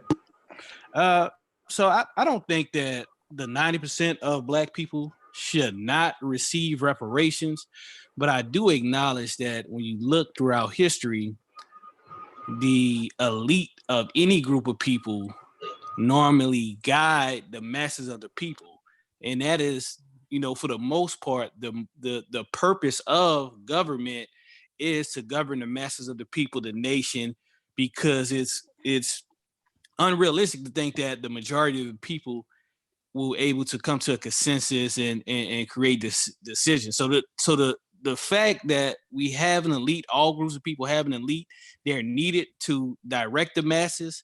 The only issue with our elite is in the current state, many of them are corrupt and are kind of mismanaging the direction of the Black community. So I just want to put that in there. Handpicked. That's what they are. They're henpecked and handpicked. I was going to add too to that. Normally your elite are people who have actually earned their way to the top in the sense of they've built industries, business. They've got in our community, that's not been the case. It's been, like you said, a lot of handpicked people who made the status quo feel comfortable, people who got in just positions through politics. So, and those aren't elites in I our agree with community. that. Those are not our Mike, I just want to say one thing. Thank you for having me again. I'm sorry to to start this panel, but I thank you for giving me the opportunity to be here. Absolutely, brother. Have a good night. I'm sorry, real quick. I just want to ask, Jesse, are you a YouTuber? I do have a YouTube page, but I haven't done any content in a minute. Well, are you who I think you are? What's that channel? You said you've been to Africa before, right? Yeah. Where, if I'm asked? Ghana. Ghana. Okay. Now, I thought you sound familiar. That's why. Yeah. Okay. Yeah. Let's go to David Monroe, and then we'll close out.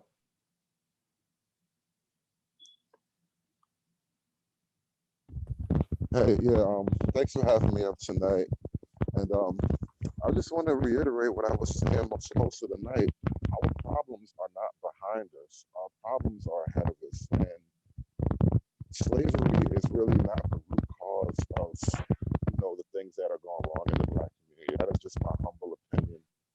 There's plenty of reasons why I can, point to historical reasons why that's just not our problem anymore. But it's not the time to get into it now. So I think we should focus on things that actually matter. Like one of the guys earlier was just saying about family dynamics. Something as basic as that, like the family system, the family structure is basically like the nuclear structure for your nation. And if we can't address something as basic as family structure, we can talk about slavery until we all die. That's it. Have a good night. So David, you don't think any of the family structure issues come from slavery? Not directly. I think slavery may have disrupted family formation for as long as it endured, but there's too much evidence that even during slavery, there were efforts by people to for example, I read a book before called Love Stories from the Underground Railroad. And it's basically documentation of people, men, who escaped slavery, went back down south, grabbed their family, re-escaped, and set up life up north. So the idea that slavery completely shattered the Black family structure is a little bit of a myth in and of itself. The fact is, family formation is where it all begins. And our family formation was no more shattered. Is equally shattered by modern politics as it is by slavery then. So you think, but you do acknowledge that at least in your mind, some of it, what you see manifest out of that. No, I'm not saying bad things never happened. I'm saying the effects of those bad things lingered in previous generations. The problems we have in our generation aren't directly caused by slavery. Okay. I guess everybody has their own opinion on that. I definitely vehemently disagree with that. Even this article within the book is citing evidence that the family structure was completely disrupted for over 150 years. I mean, that doesn't. The civil rights movement was staffed by men of, solid family dynamics. Yeah, but the civil rights movement wasn't a million families. It was a few people within the movement itself. It wasn't the total cumulative. No. Let me put it this way. The people of that era, the men and women of that generation, had a firm grasp on man, woman, child as a family dynamic. We no longer have that, and we're competing against people who never lost that. All right, I get it. Thank you all for joining us. Please hit the like button if not already done so. Share the video if possible. Hit that notification bell to get audio updates from the Black Brain Trust when those posts on the community tab. Thank you to Vivian and El Bromo for joining the panel tonight. Greatly appreciated. And everybody else who joined, and Black Torch for actually helping co-host it as well. Definitely appreciate that. Also, we are not certified financial planners. If you want a certified financial planner, go to cfp.net and look up one in your area. We do not give out financial advice on this channel. To everyone else, peace and shalom.